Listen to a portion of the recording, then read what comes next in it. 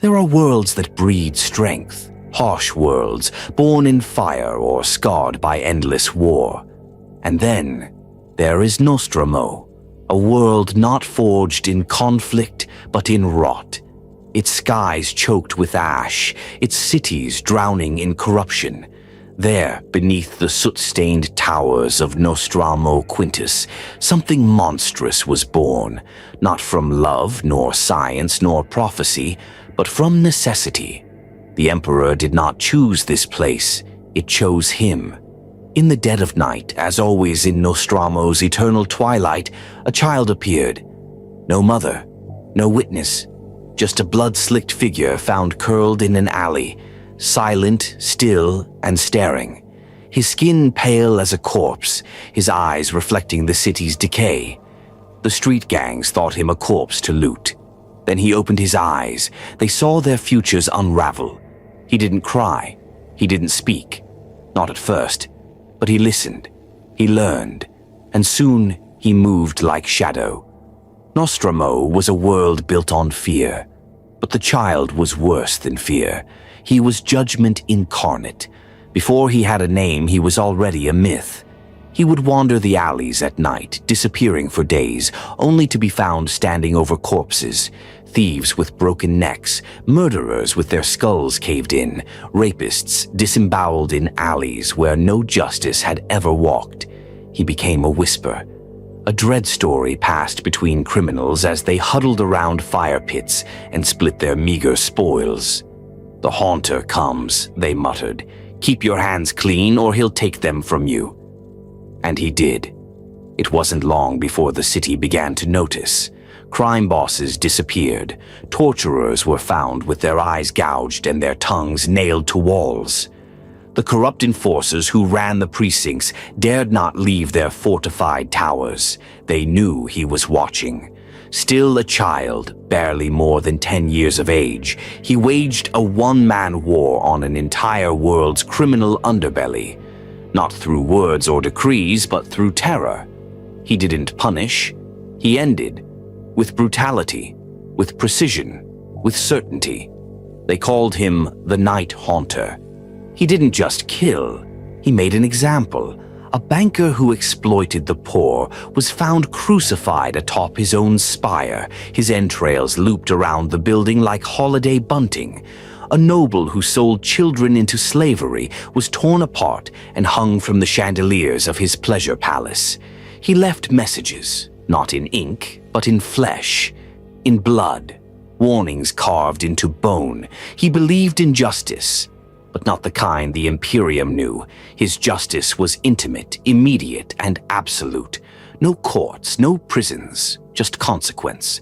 And behind those acts burned a mind unlike any other.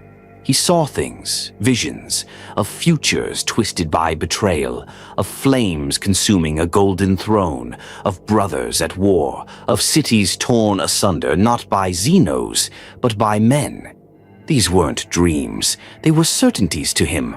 1,000 futures blooming in his mind every time he closed his eyes. He wasn't just a predator, he was a prophet of doom. And Nostromo was just the beginning.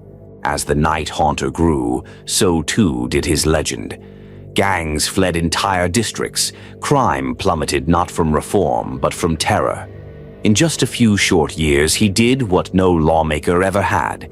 He made Nostromo fear itself, and they loved him for it. Not openly, not with praise, but in the way a man clings to the monster that protects his door. They knew peace, however cruel, because of him. Then came the day the sky split. From the void descended a figure of impossible radiance. Clad in gold and wrapped in light, the Emperor of mankind set foot on Nostromo. The people hid.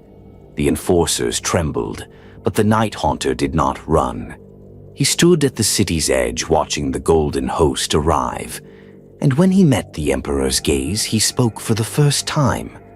"I know your name," he said, "and I know what you've come to do." He did not bow. He did not kneel. He had seen this moment countless times before, in dreams stitched with fire and screams.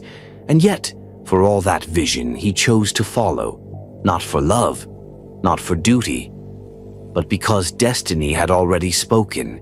He would become Konrad Curze, Primarch of the 8th Legion. But Nostromo never stopped calling him by the name it gave him, the Night Haunter. And even as he boarded the Emperor's vessel, even as he left that dying world behind, a part of him remained in the shadows, watching, waiting, judging. For though the boy was gone, the horror he birthed had only just begun. The womb that made him was not Nostromo. It was fear. The city only gave him shape. It was terror that taught him to walk, and vengeance that taught him to speak. The Night Haunter was not forged. He was unleashed, and all the Imperium would come to understand what Nostromo had known in its final trembling hours. That justice is not a scale weighed by reason or law. Justice is a blade in the dark, and it remembers your name.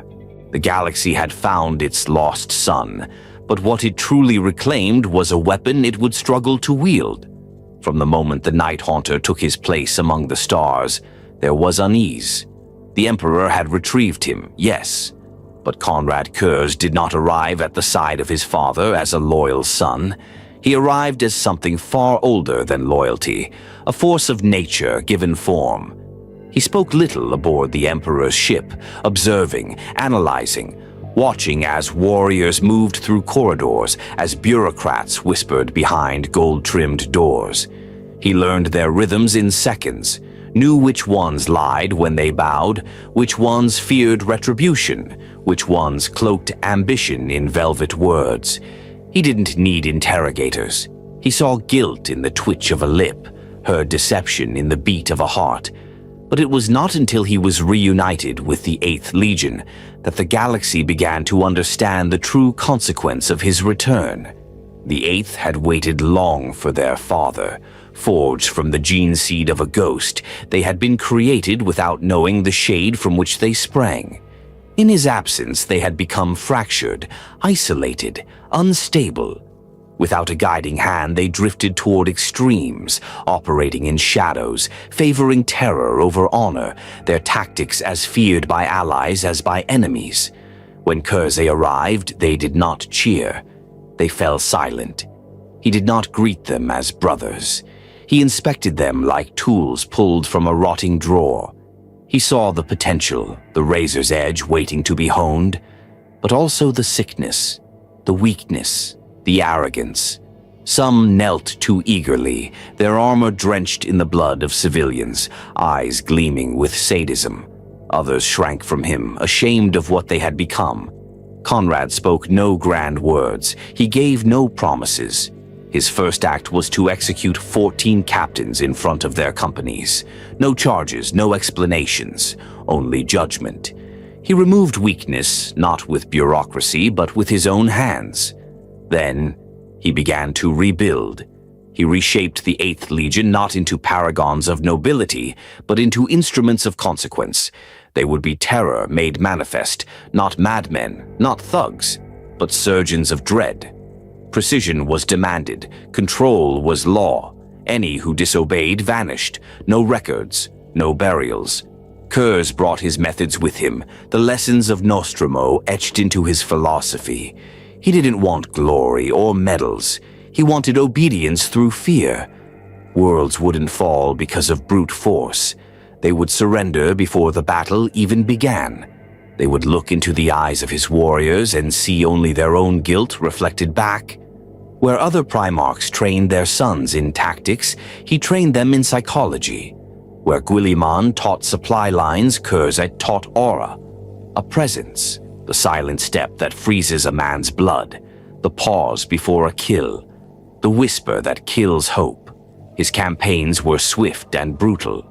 On Hyrad 9, planetary resistance dissolved within hours after orbital pict feeds broadcast the mutilated corpses of the ruling council nailed to the spires of their palace. On Vakshara, a rebellion of 20 million collapsed overnight when a single Night Lord company dropped from orbit, infiltrated the rebel leadership, and displayed their flayed bodies across the capital square before dawn. On Dellen 4, the populace opened their gates in silent terror when a message was found carved into a child's toy left in the governor's bedchamber. The Haunter sees. But not all were pleased. Rogel Dorn, ever the architect of rigid order, saw only butchery.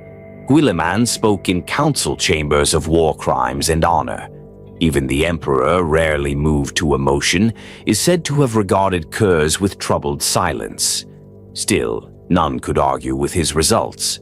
Where others bled armies for years, Curze ended conflicts in days. Civil unrest, piracy, insurrection, all crumbled under the weight of fear. He had turned the Eighth into an army of phantoms, and his name became a warning, passed from governor to governor like a cursed relic. But for Curze, victory was never enough. He saw cracks in the Imperium already forming, not from without, but within. Petty lords enriching themselves, nobles playing politics while their citizens starved, officers who saw power not as a duty, but as a prize. The same rot he had burned from Nostromo festered in the heart of the Emperor's dream.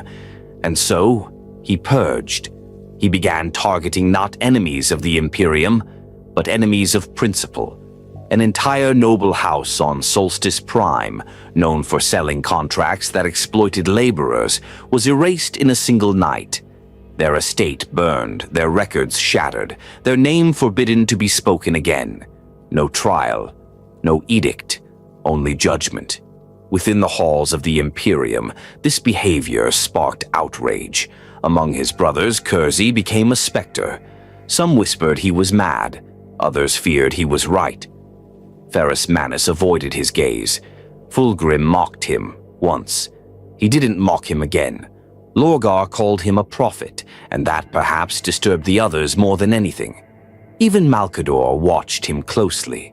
The Sigillite understood that the line between loyalty and destruction was wearing thin. Yet Konrad Curze never strayed from his course. He believed he was fulfilling the Emperor's will, even when the Emperor himself said nothing. He saw the silence as approval, or perhaps as cowardice. If the Emperor lacked the conviction to do what was necessary, then Curze would do it for him. He did not crave approval. He demanded justice. And so, as the Great Crusade burned ever outward into the galaxy, and brothers grew apart behind masks of civility, one figure stood cloaked in shadow, ripping the filth from the Imperium with surgical hatred. A monster, a guardian, a madman, a prophet, but above all a reminder that the light of the Imperium casts long shadows, and somewhere within them the Night Haunter waits. Long before the first heresy took form, before the first Primarch drew blade against blood, Konrad Curze walked in the shadows of fate alone. Where others saw stars to conquer and empires to raise, he saw futures unraveling like dying stars, twisting, infinite, and filled with ash. His curse was not madness, as some would later whisper. It was clarity. A brutal, merciless vision of what was to come. And always, in the center of those visions burned a single certainty. Nostromo would fall by his own hand. The death of a world was not prophesied in grand declarations or celestial alignments. It came to Curze in silence, in the quiet spaces between sleep and memory. He would wake from dreamless slumber, hands clenched, nails cutting through the metal of his chamber walls, bloodied from battles not yet fought. The visions were not dreams. They were invasions, memories of a future he hadn't yet endured. They came in waves, the screams of children echoing through flame-racked corridors, the scent of ash smothering a dead skyline, the sound of bones breaking beneath his armored fists, and above it all the feeling, sickening and total, that it was all inevitable. He saw himself standing atop the ruins of Nostromo Quintus, not triumphant, not weeping, just watching, hollow-eyed, cloaked in ash, the people torn apart not by rebellion, but by the betrayal of their savior. He saw himself bathed in their blood, not in rage, but in quiet resolution, and he could not unsee it. At first, he tried to resist it. In the early years after his reunion with the Emperor, Curze spoke little of his visions. The Imperium, for all its power, feared prophecy. It feared what it could not categorize or catalog. He bore the burden alone, and it began to twist him. He tried to save Nostromo. He tried. He returned to his homeworld not to punish, but to uplift, to remake it in the image of the discipline he imposed on the Legion. But Nostromo had changed. The absence of the Haunter had created a void, and in that vacuum, rot returned like mold to a forgotten corpse. The crime lords he once gutted had been replaced by their children, meaner, hungrier, emboldened by the galaxy's expanding blindness. The Enforcer precincts were now temples of bribery. Entire city blocks were auctioned to the highest bidder. And the people no longer feared. Curze walked the streets again, but this time they stared. Some even dared to smirk, emboldened by distance and memory. They whispered of the Emperor's leash around his neck, that he was tamed, that the Night Haunter had become a ghost story again, something children feared, not men. He gave them time. He gave them warnings. He summoned the city's leaders, offered clemency in exchange for order. He stationed Night Lords in the spires, hoping that the presence of their silent watch would remind the populace of what had once kept them obedient. But still the darkness crept, and so did the visions. More vivid, more violent. He saw himself welcoming the end. Not as punishment, but as purification. He began to question whether Nostromo could be saved at all, whether it should be. Each time he looked into the eyes of its people, he no longer saw hope. He saw the seed of their own destruction, rooted in their souls like a cancer. And still the Imperium did nothing. No support, no aid, no attention. Other Primarchs were busy fortifying trade lanes, raising statues, writing codes of law. Meanwhile, Nostromo was rotting beneath the boot of its own legacy. He reached out, subtly at first, messages veiled in strategic requests, suggestions that the planet required deeper reforms, perhaps even censure. But there was no response. At best, deflections.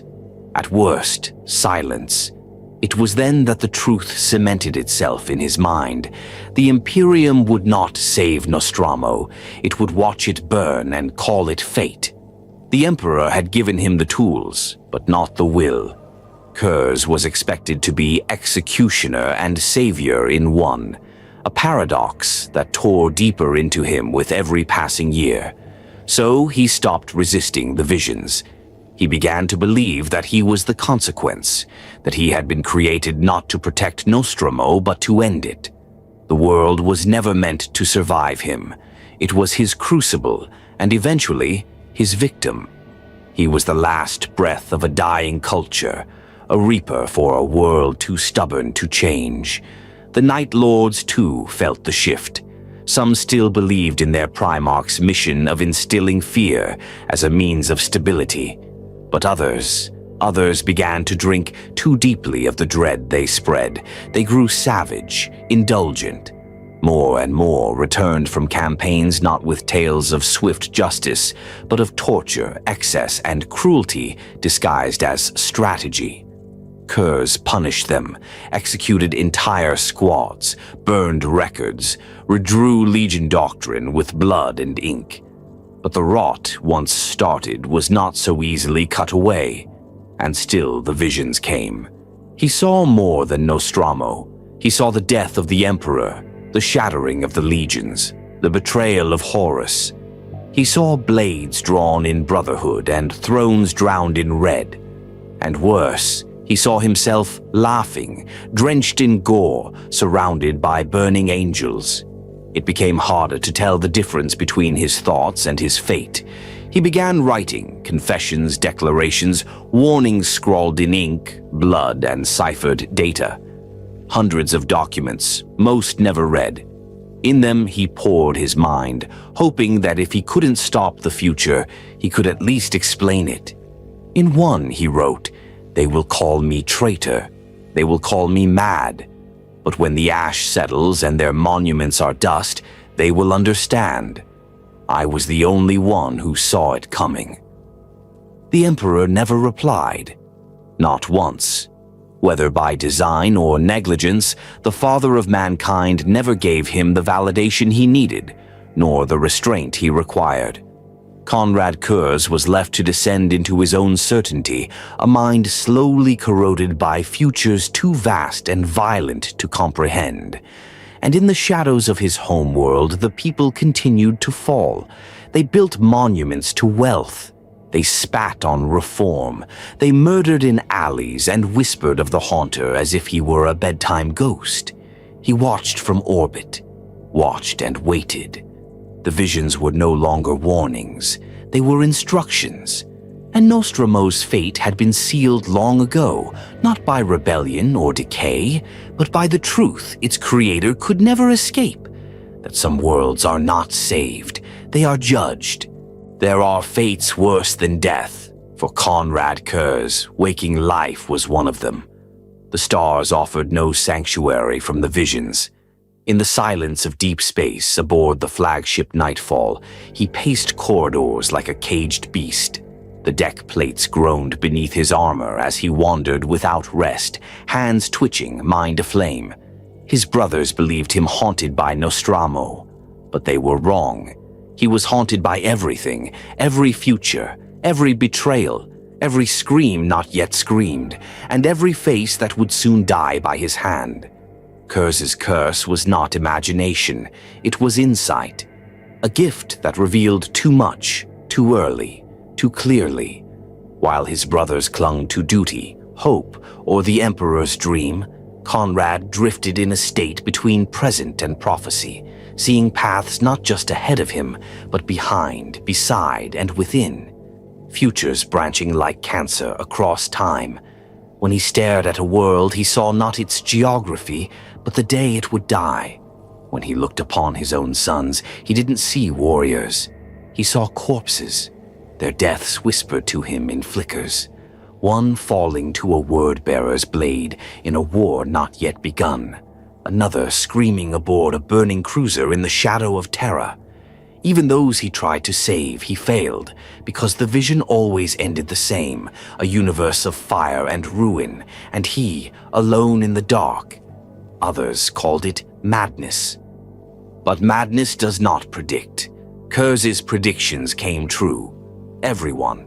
He foresaw the massacre on Sheol 17, where a governor's betrayal would see thousands of Imperial loyalists slaughtered. He saw the bombing of the Temple of Lurid Eyes on Davin before the first priests even gathered. He saw the slow rot of trust between his brothers, the creeping bitterness festering behind Lorgar's sermons, the seething ambition boiling beneath Horus's charm. He wrote these warnings in his journals, carved them into the walls of his chambers, scrawled them across the battle maps of his fleet. No one listened. No one wanted to listen. Even the Emperor ignored him. That silence was the deepest wound of all. Curze never once believed himself beloved, but in the earliest days there had been a sliver of hope that his father might understand, that the Emperor, who had shaped each Primarch to serve a purpose, had crafted him with full knowledge of what he was, that there was meaning in the torment. But no guidance came, no explanation, no comfort, just the weight of the future pressing into his skull until he could barely draw breath. He began isolating himself from the Legion. The command staff rarely saw him. Orders were delivered through sub-commanders, his voice reduced to vox transmissions laced with distortion. Some believed he had locked himself in meditation. Others whispered he had gone feral, stalking the ship like a beast in the walls. The truth was stranger than either. Curze did not sleep. Not truly. He entered what could only be described as fugue states, hours of motionless stillness, eyes open, unblinking, mind elsewhere. During these periods, his body trembled slightly, a subtle vibration that made his armor rattle. Tech priests who attempted to scan him during these trances reported data corruption, power surges, and in one case, spontaneous shutdown of nearby servitors. He spoke during them sometimes, not to anyone, to himself, or to voices no one else could hear. He would whisper names, coordinates, sentences that made no sense until weeks later when an event occurred that matched his ramblings with uncanny precision. "Argo will burn in blue fire," he once muttered. 2 weeks later, the sky over Argo Secundus turned cerulean during a warp breach, and the city was reduced to cinders. "Don't let him speak at Kur," he warned. The next month, Lorgar delivered his fateful sermon before millions. Curze was not mad. He was breaking. To live every moment in simultaneous grief, rage, and dread was no life at all. He began to feel deaths before they happened, flinching as if struck when comrades perished light years away. Once, during a campaign on Yern, he collapsed mid-battle, clutching his chest, screaming the name of a Night Lord's captain who had just been impaled in a firefight Curze could not possibly have seen. But he had seen it. He always did. The Legion adapted, though uneasily. Apothecaries began carrying sedatives, though none dared administer them without his permission. Navigators were instructed to avoid direct eye contact. Servitors delivered messages via drones. The air around him became charged, thick with dread. Then came the recordings. Curze began documenting his thoughts, not just as warnings, but as evidence. Dozens of data crystals, each one etched with predictions, visions, and declarations of what was to come. He didn't hide them. In fact, he left them where others might find them, planted in officers' quarters, tucked into munitions crates, even hidden inside the panels of Nightfall's bridge. They spoke in his voice, calm, cold, measured. "They will call me traitor. They will say I chose this path, but the path chose me. I have seen the lion's blade in my throat. I have seen Dorn weep and Gilliman lie, and Sanguinius fall with wings aflame. I am not broken. I am awake." Some commanders thought it an elaborate fear tactic. Others, especially the older Terran veterans, began to fear him more than the enemy. A few, too few, believed. They saw the patterns, the consistency. They began recording their own observations, following the strange instructions he would leave behind. Those officers survived more campaigns than anyone else. Still, the predictions continued. Still, no one listened.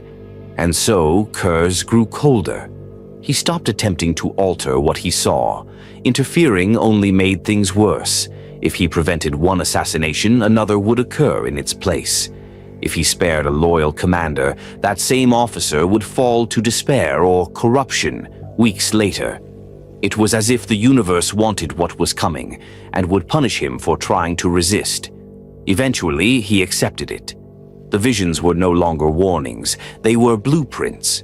He would do what must be done. He would become what they already believed him to be. And the galaxy would know, not the mad rantings of a broken sun, but the truth buried in prophecy, that justice wears many faces, and sometimes it wears the mask of horror. The Night Lords did not march to victory behind banners of honor or hymns of glory. They brought no anthems to the field, no oaths of brotherhood cried out to the stars. They came in silence, wrapped in shadow, borne on wings of dread. And at their head moved Konrad Curze, not a leader, not a general, but a consequence. The Great Crusade was in full bloom when Curze took his legion into the wider galaxy. Worlds were falling by the hundreds to the Emperor's dream. Some were liberated, others subjugated. But wherever the 8th Legion went, there was no need for prolonged sieges or costly attrition. Their enemies did not fight, they fled. Entire systems surrendered at the whisper of their approach. There was no heroism in their victories, only inevitability. Curze did not conquer. He hunted. Each campaign was a statement. On Zohor Prime, the ruling elite were warned to comply with Imperial doctrine. They laughed behind closed doors, confident that the Night Lords were little more than mythic monsters. That night their palace burned, but not before its walls were painted with their blood, messages etched into flayed skin, their screams echoing through Vox towers to every corner of the planet. The world surrendered before dawn, on the prison planet of Veritas V, known for its gladiatorial pits and sadistic warden kings. Curze walked alone into the central arena. When the gates were opened at dawn, the stands were soaked red, and no single body remained whole. The convicts, watching from the walls, laid down their weapons. No invasion was necessary. The system fell in silence. The Imperium took these victories as efficiency, as proof of the Eighth's utility. But Curze knew better. He was not building loyalty. He was cultivating fear, deep, unforgettable fear, rooted in bone and memory. The Eighth Legion became more than soldiers. They were warnings, ghosts. They developed methods tailored to extract submission without prolonged conflict.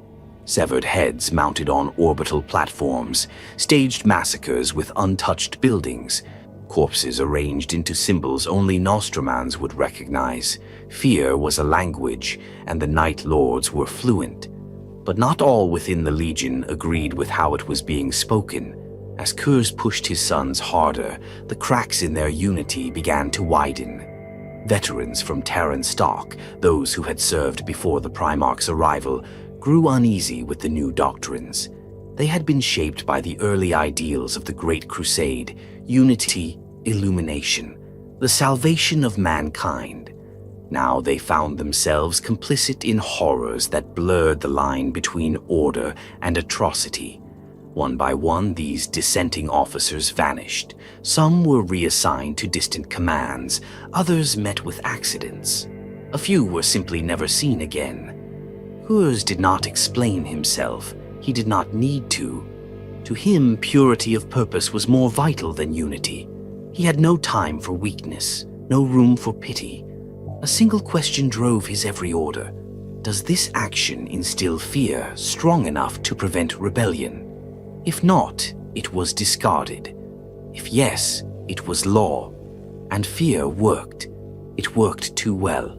Entire sectors flourished beneath the weight of it. Crime plummeted. Heresy went unspoken. Civil unrest evaporated in the face of utter terror.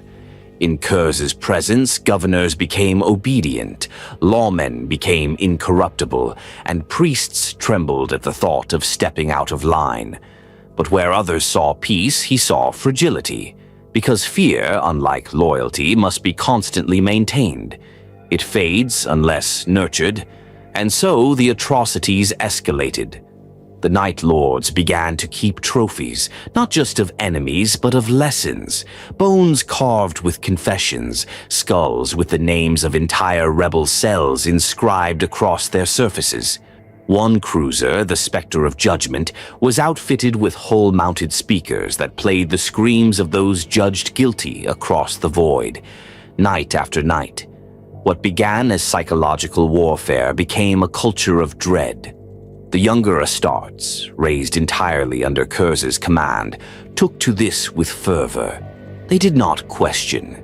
They innovated. Squad leaders began to compete for fear tally scores. Displays of intimidation became rituals. Interrogations devolved into theater. What terrified the enemy now thrilled the sons of the Night Haunter. Curze watched this unfold, neither encouraging nor forbidding it. His silence was permission enough.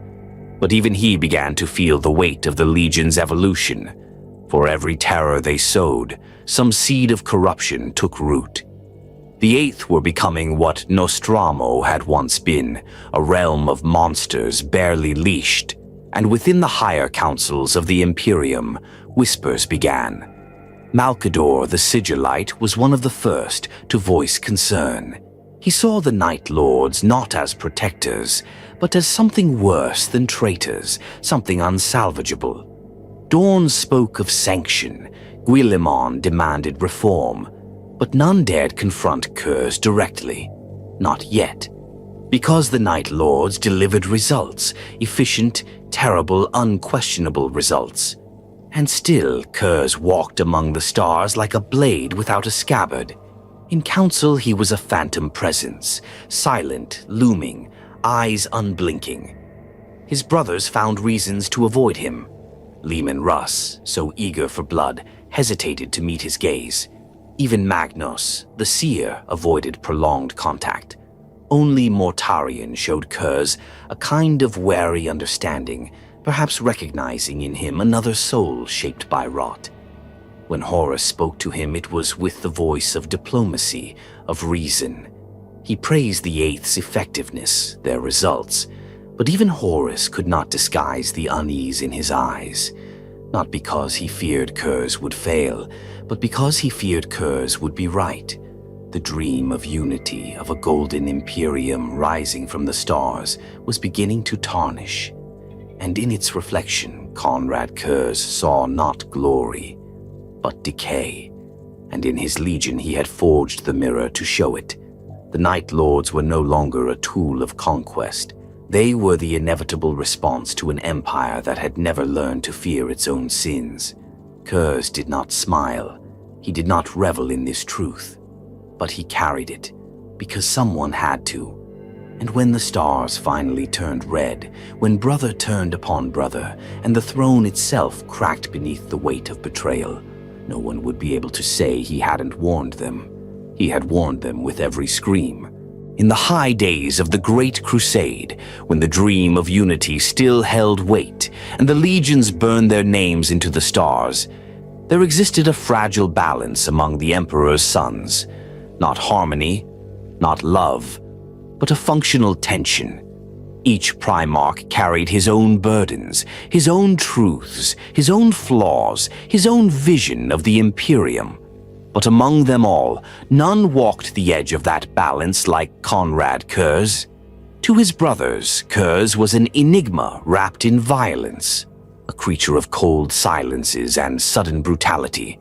He rarely attended war councils. When he did, he stood apart, hooded, silent, observing not the words but the manner of speech, measuring each hesitation, every shift in tone. They said he saw lies the way others saw light. He trusted none of them, and few trusted him. There were moments, rare and fleeting, where a kind of uneasy understanding passed between Curze and his kin. Ferrus Manus, the Iron Hand, respected the results the Night Lords delivered, though he recoiled at the method. Perturabo, buried in siegecraft and cynicism, shared a bitter admiration for Curze's efficiency, if not his philosophy. And Mortarion perhaps came closest to comprehending him, not as a friend, but as a fellow son shaped by poison, isolation, and the long rot of suffering. But such kinship never bloomed, because beneath everything there was Curze's vision, a vision no other Primarch shared. Not fully.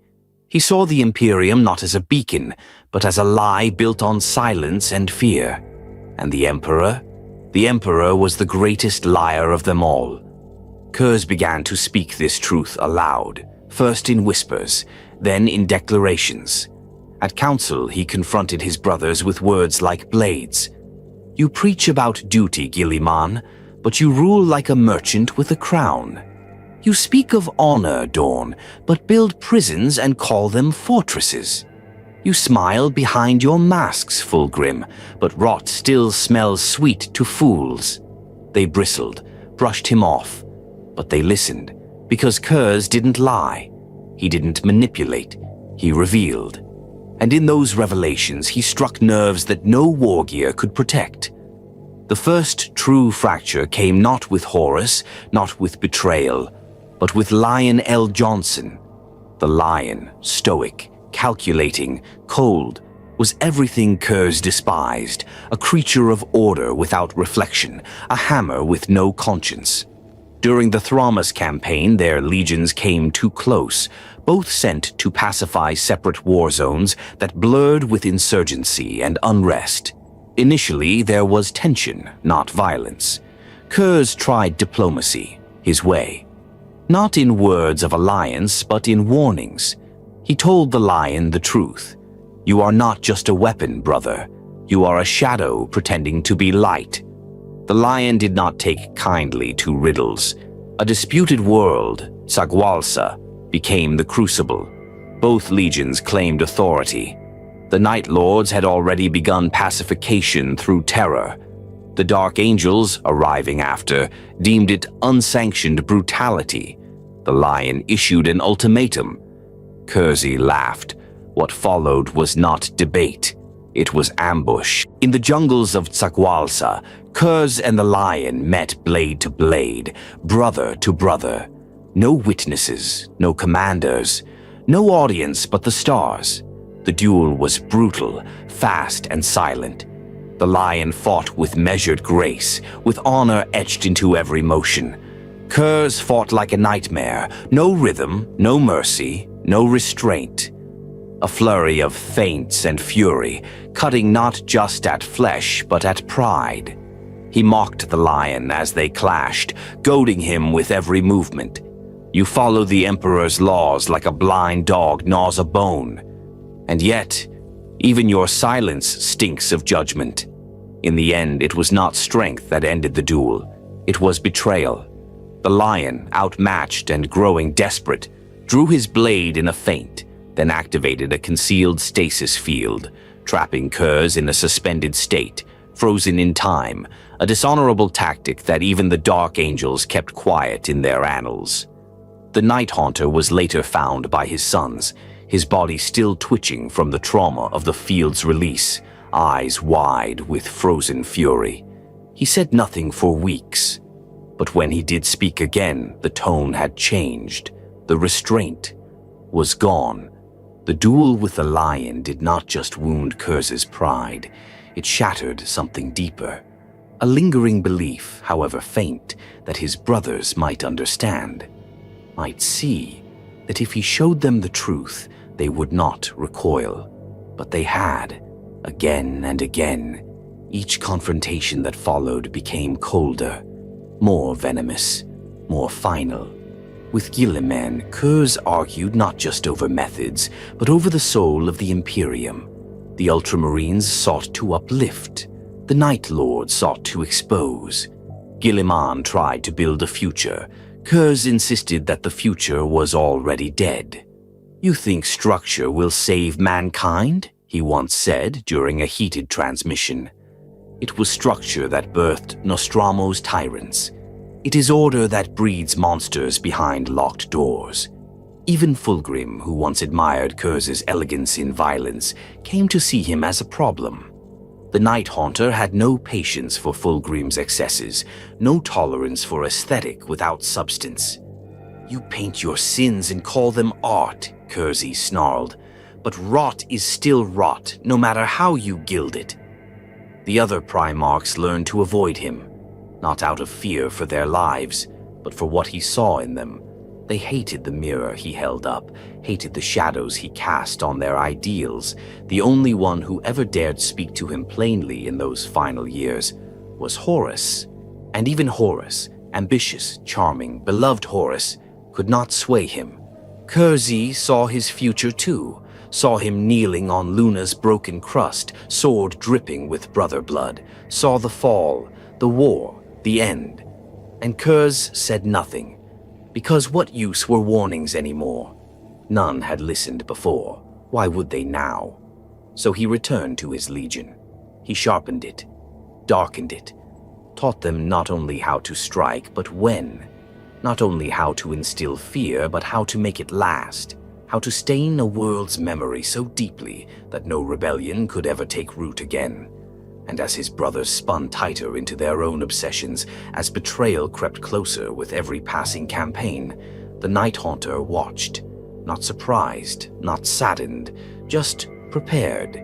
He had clashed with his brothers not out of hatred, but out of necessity, to see if any would prove him wrong. None had, and now the galaxy would prove him right, one scream at a time. The first true fracture in the dream of the Imperium was not marked by thunder, but by silence.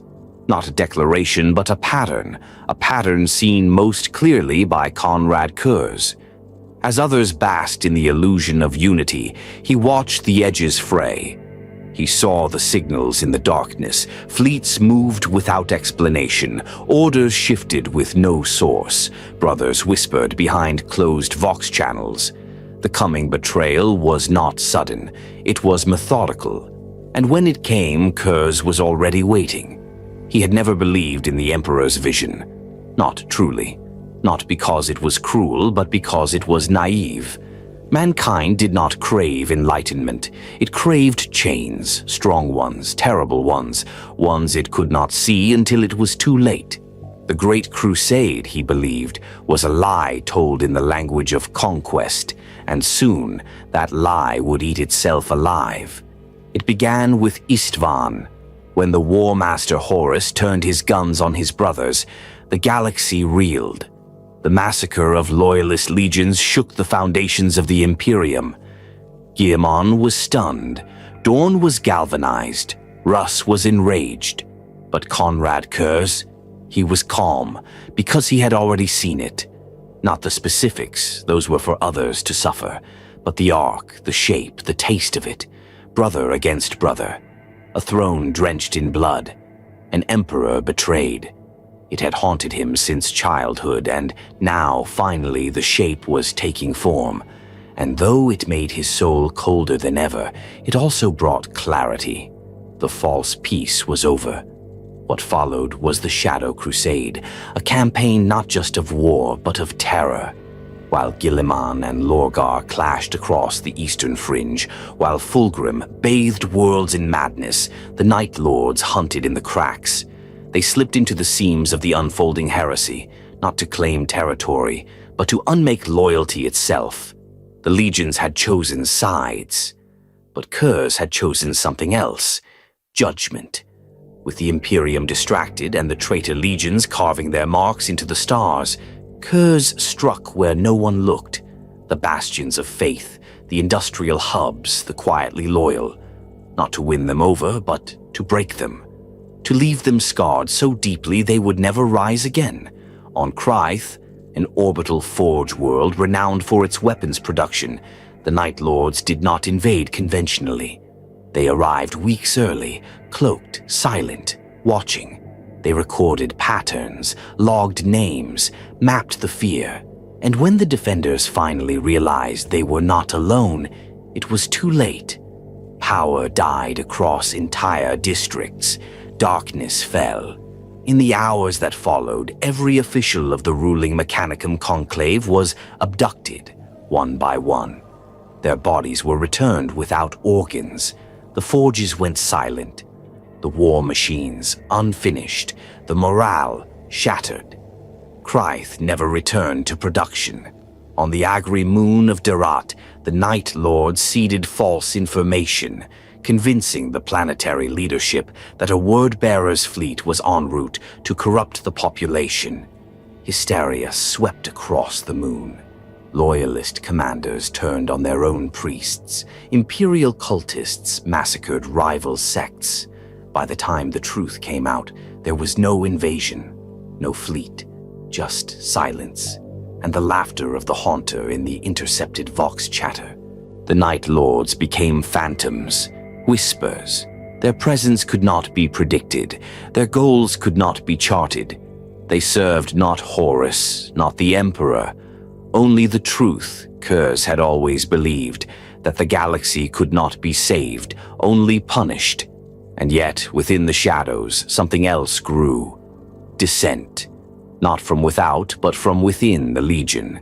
Curze's captains began to fracture. Sevatar, the first captain, still held to discipline, still tried to maintain some order within the Legion's nightmare, but others had given themselves over fully to the indulgence of fear. They no longer struck tactically. They struck because they could. Curze did not stop them, not because he approved, But because he no longer believed anything could be stopped, he watched his sons become the very thing he had once destroyed on Nostromo, predators without purpose, monsters who whispered oaths they no longer remembered. The Night Lords were no longer a legion.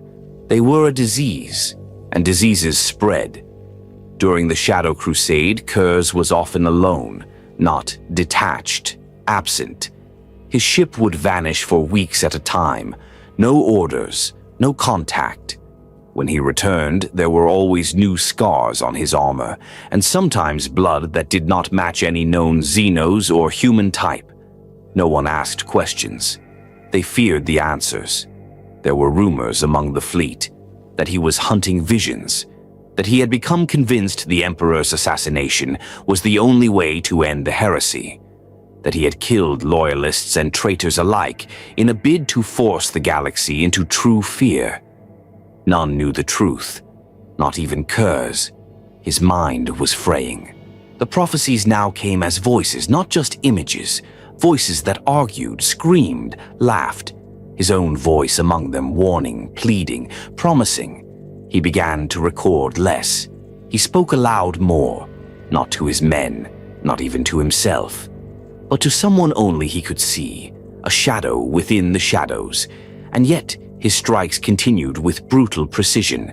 Entire worlds were silenced before they could even cry for help. Communications relays turned into execution stages. Loyalist fleets were crippled not by war but by dread. Commanders mutinying, soldiers deserting, psychers screaming in their sleep as the Haunter approached. He was no longer a Primarch. He was a curse. And then came the silence. The Shadow Crusade began to thin. The Night Lords splintered. Some drifted away, seeking blood for its own sake. Others turned inwards, killing each other over matters long forgotten. The chain of command collapsed beneath the weight of nightmares. Sevatar tried to hold the center, but Curze was gone, vanished again. And when he returned, his eyes were hollow, his voice a whisper. He said only this: "I have seen it end. We are not traitors. We are punishment, and the galaxy deserves every wound we give it." The Shadow Crusade had never been about victory.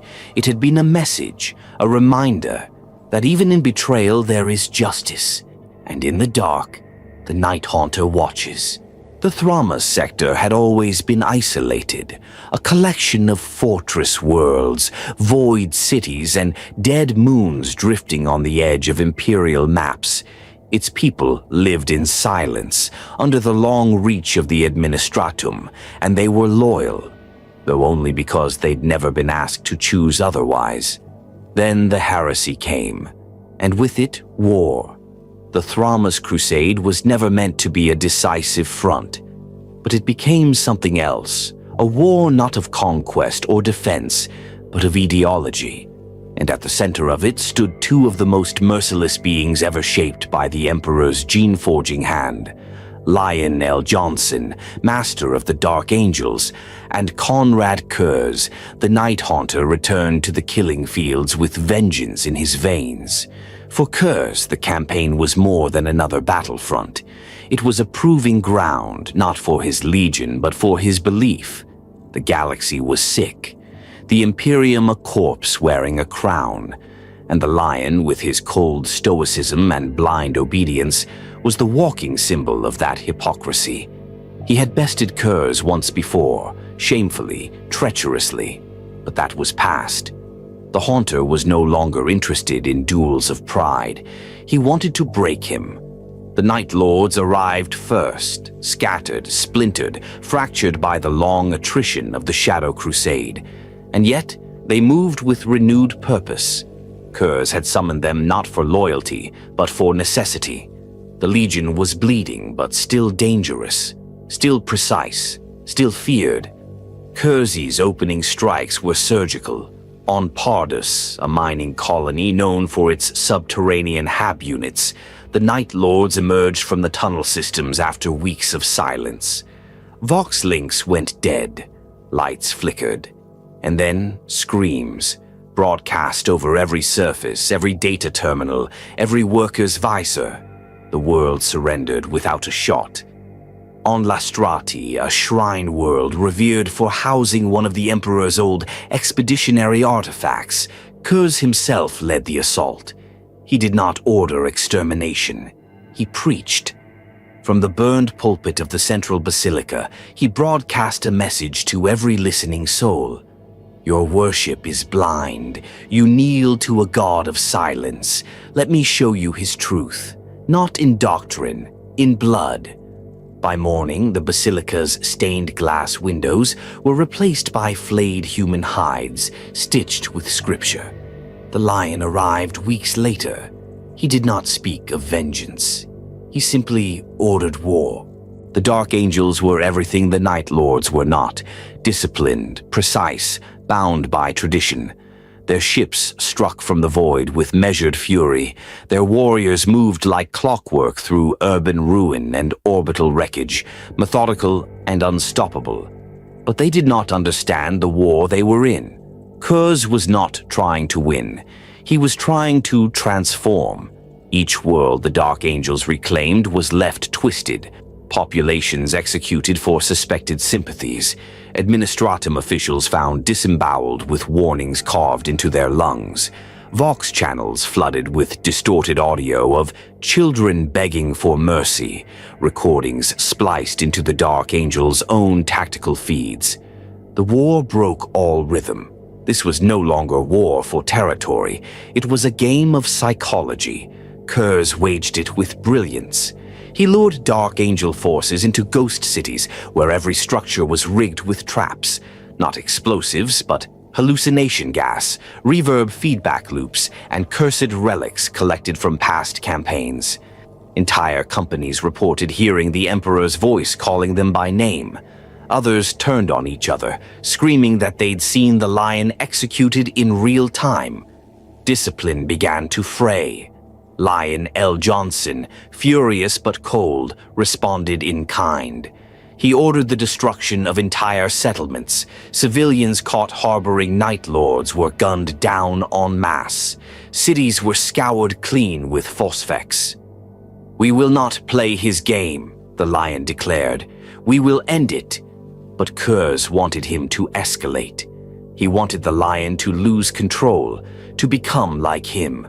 On the void station of Tenebrae, the two finally crossed blades again. No pretense of honor, no codes, no pause. The battle was savage. They fought not as generals, but as symbols. The lion, justice without empathy, order without insight. Curze, vengeance without mercy, truth without restraint. Every blow rang with decades of bitterness. They didn't speak during it. What was left to say? Their philosophies were painted in blood, their ideals broken long before either had arrived. The station's structure crumbled around them. Fire raged through its halls, and still they fought, brother against brother, not for the throne, but to prove who was right. In the end, the lion struck the final blow again. Curze fell, broken, bleeding, laughing. He was taken prisoner aboard the Invincible Reason, the Lion's flagship. But this was no victory, because the war did not end. The Night Lords did not fall back. They intensified. Without their Primarch, the Legion fractured further, yes, but it also became unpredictable. The remaining commanders unleashed their fury not with direction, but with conviction. They struck civilian vessels, bombarded supply routes, slaughtered refugees and missionaries alike. The Thramas sector became a graveyard of burned potential, and inside his cell aboard the Dark Angel's ship, Konrad Curze refused to break. He laughed. He spoke to ghosts, to memories, to futures not yet born. And when questioned, he would say only one thing: "You think you've caged me, but the darkness does not end with a lock. It begins with one." The Thramas crusade ground on, victory a meaningless word, because it was never about conquest. It was about proof. Proof that the Imperium's justice was as cruel as any heresy. that order breeds monsters just as easily as chaos, and that when you chase shadows long enough, you eventually become them. From orbit, Nostromo looked like a dying coal. The world spun in a permanent twilight, its upper atmosphere suffocated by a shroud of pollution so thick it had never known true daylight. Its surface writhed with heat, blooms from industrial forges, and its cities pulsed like infected wounds, lit not by stars but by the orange glow of smog-choked furnaces. It was the world that birthed Konrad Curze, and it would also become the world he destroyed. But it did not happen all at once. The fall of Nostromo began with a forgetting. In the years following Curze's ascension, the world had grown quiet. Fear had replaced governance, and silence was mistaken for order. When he left with the 8th Legion to join the Great Crusade, he did not appoint a governor or an overseer. He left his legacy, and for a time that was enough. His name lingered like a curse over the people. The crime lords remained in hiding. The enforcers grew obedient. Even the common people whispered prayers to the Night Haunter, not out of reverence, but out of fear. They remembered what happened to those who defied him, but fear is not eternal. With the Primarch gone, the rot returned. Slowly at first, a bribe left unpunished, a murder that didn't end in execution, then whole neighborhoods slipping back into the old rhythms, gangs reforming, protection rackets re-emerging, corruption slipping like oil through the cracks. The darkness Curze had once beaten into submission began to rise again. And when whispers came that the Night Haunter had lost his mind, that he no longer ruled his legion, that he was wandering the stars half-mad and hunted by his brothers, those whispers became brazen laughter. Nostromo forgot its fear, and that forgetting was its death warrant. It was a Night Lord who brought word to Curze. A simple report, delivered without embellishment, crime rates rising, industrial production diverted into private hands, the planet's ruling elite, many of them descendants of the very monsters Curze had once gutted, re-establishing their power, cloaked in wealth and hidden behind the same gilded walls. The message ended with a single phrase: "They believe you are gone." He said nothing, not immediately. But the silence that followed was not still. The Thramma's crusade had left him broken in body and isolated in mind. He was a prisoner, yes, but not in chains. Not truly.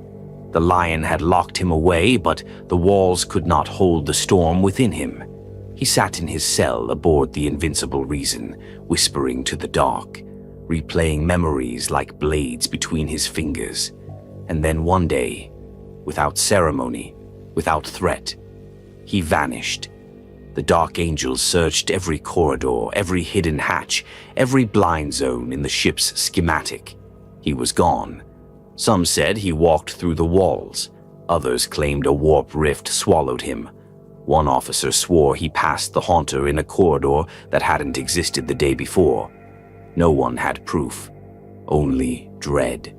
Curze had returned. Not to the front lines, not to the Legion, to Nostromo. The world never saw him coming. There was no fleet, no declaration, no demand, just silence. Then the sky tore open. From high orbit, the flagship Nightfall, now under his control again, adjusted its angle above Nostromo Quintus. Its engines glowed with eerie restraint, silent in the void. Its weapons, long unused, almost ceremonial, powered up. Energy readings spiked, Vox channels went wild, and then with a single command, it fired. The lance strike hit the planetary core. It did not strike a city. It did not target infrastructure. It drilled deep, deep into the heart of the planet's crust, into the black veins of ancient industrial works, into the tectonic fault lines that had always kept Nostromo on the edge of collapse. There was no time to evacuate. Across the planet, lights flickered, then failed. The ground shuddered. A deep, groaning noise like the last breath of a dying god echoed across the surface. The sky cracked. Entire continents split. Cities were swallowed whole. Oceans turned to steam. And then, like a candle snuffed out by a god, the core ruptured.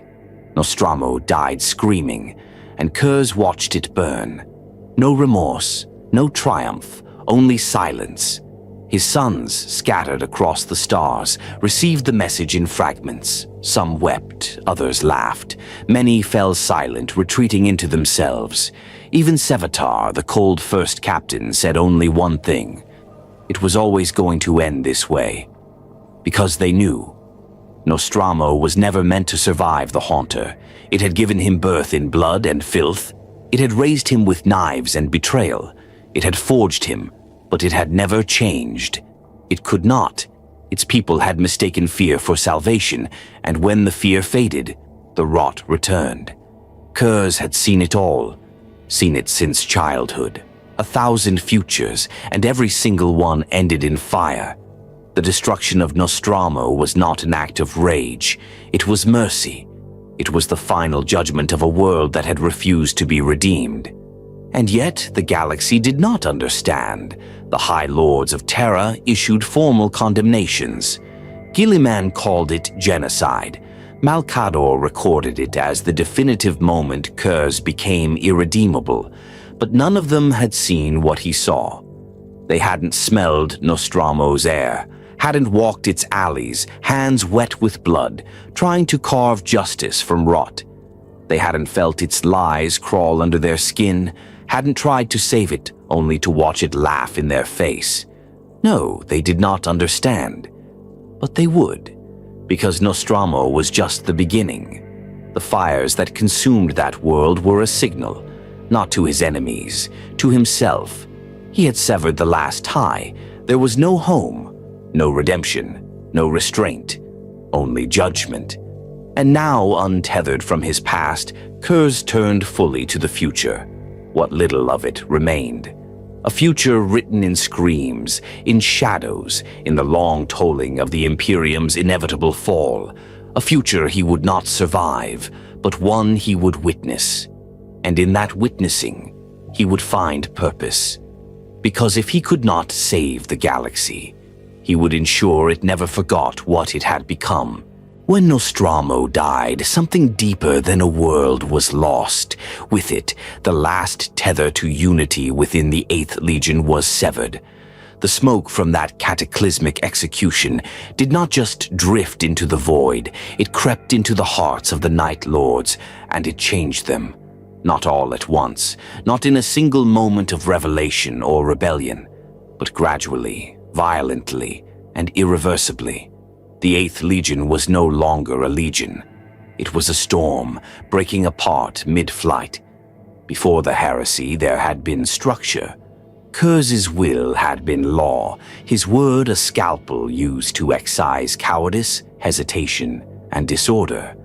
The fear he cultivated in his enemies was mirrored within his own ranks. Every warrior knew that a misstep would be punished, not later, not bureaucratically, but personally. But after Nostromo's annihilation and the erosion of central command during the Shadow and Thrama's crusades, the great chain began to snap. At first, it was subtle. Captains began ignoring fleet calls. Coordinated attacks devolved into opportunistic raids. Squads arrived late or not at all. Officers once afraid to breathe without orders started making their own war.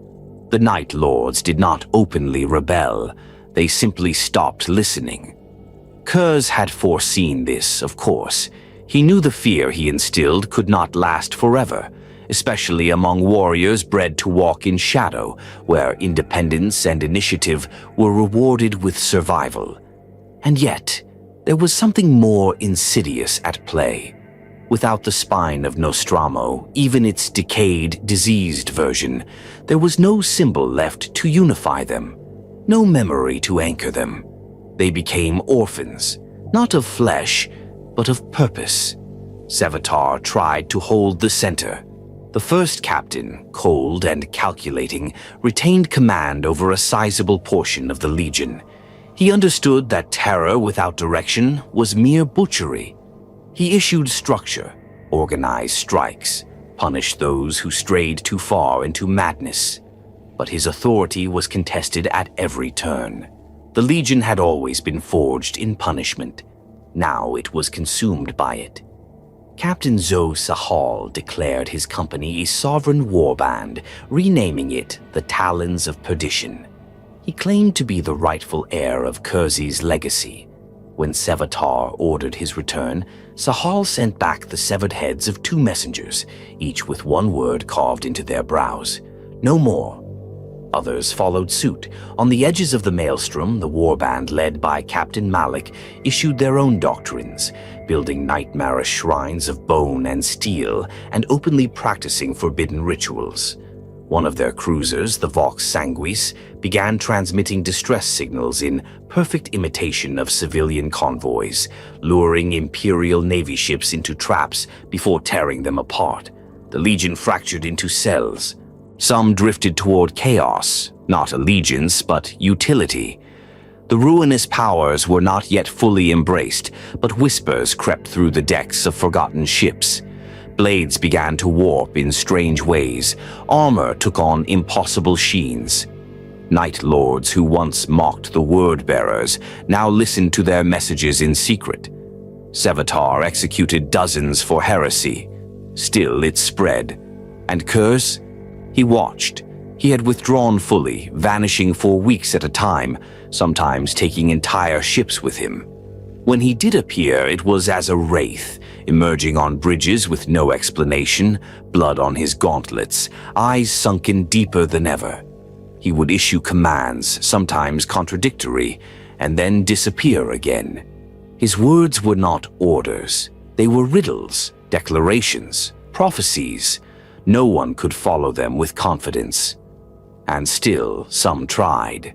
The echo of damnation under Captain Decimus remained fiercely loyal, broadcasting Curze's messages across the void. Even as the rest of the Legion splintered, the echo hunted traitors within their own ranks, even striking against other Night Lord ships suspected of heresy.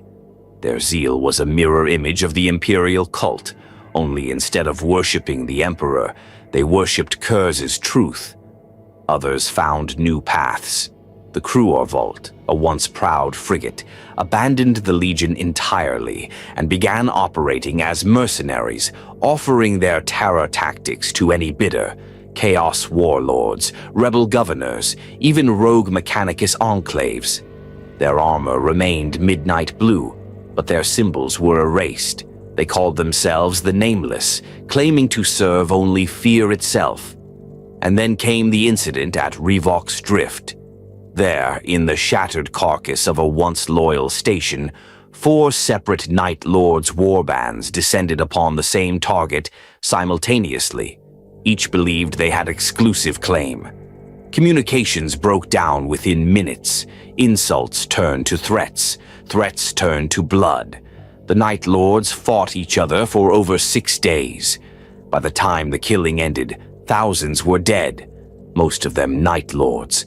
The station was a smoking ruin. Its original defenders, stunned and forgotten, escaped through a secondary warp corridor.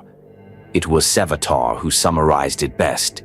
In a cold, private transmission, he recorded, "This is no longer a legion. It is a plague of knives, each blade searching for a throat that isn't already cut." By the time word reached the wider traitor legions, the Night Lords were already a legend among the worst of them. The word-bearers saw them as useful beasts. The World Eaters respected their brutality, if not their purpose. Even the sons of Horus kept their distance. Horus himself is said to have requested a meeting with Curze. Curze never responded, because by now the Haunter had turned inward entirely. His legion's decay was not a surprise, it was validation. A mirror of the very thing he had always known, that humanity could not be united by hope, only by the specter of punishment. He did not attempt to stop the fractures. He embraced them. Each splinter was another prophecy fulfilled. each act of fratricide a signal fire lit in the void, screaming out to a galaxy that had refused to listen. The 8th Legion was dead. What remained were fragments of judgment, drifting like shards of broken glass across the burning void. And yet, the fear endured. Every world they touched remembered them. Every survivor spoke their name with a trembling voice, and every time the midnight blue of a Night Lord's warband emerged from the dark, the response was always the same: panic. Because the Night Lords were no longer a force of war, they were a memory given shape. And you cannot kill a memory, not with steel, not with fire. You can only fear it. There is a difference between vengeance and justice. One feeds the soul, the other devours it. Konrad Curze no longer sought to balance the two, if he ever had. With Nostromo's ashes behind him and the 8th Legion fractured into a maelstrom of blood and fury, the Night Haunter turned his gaze toward a different kind of war. Not one fought in trenches or across system charts. This was a war of elimination, personal, precise, and utterly unrelenting. Curze became an executioner without borders.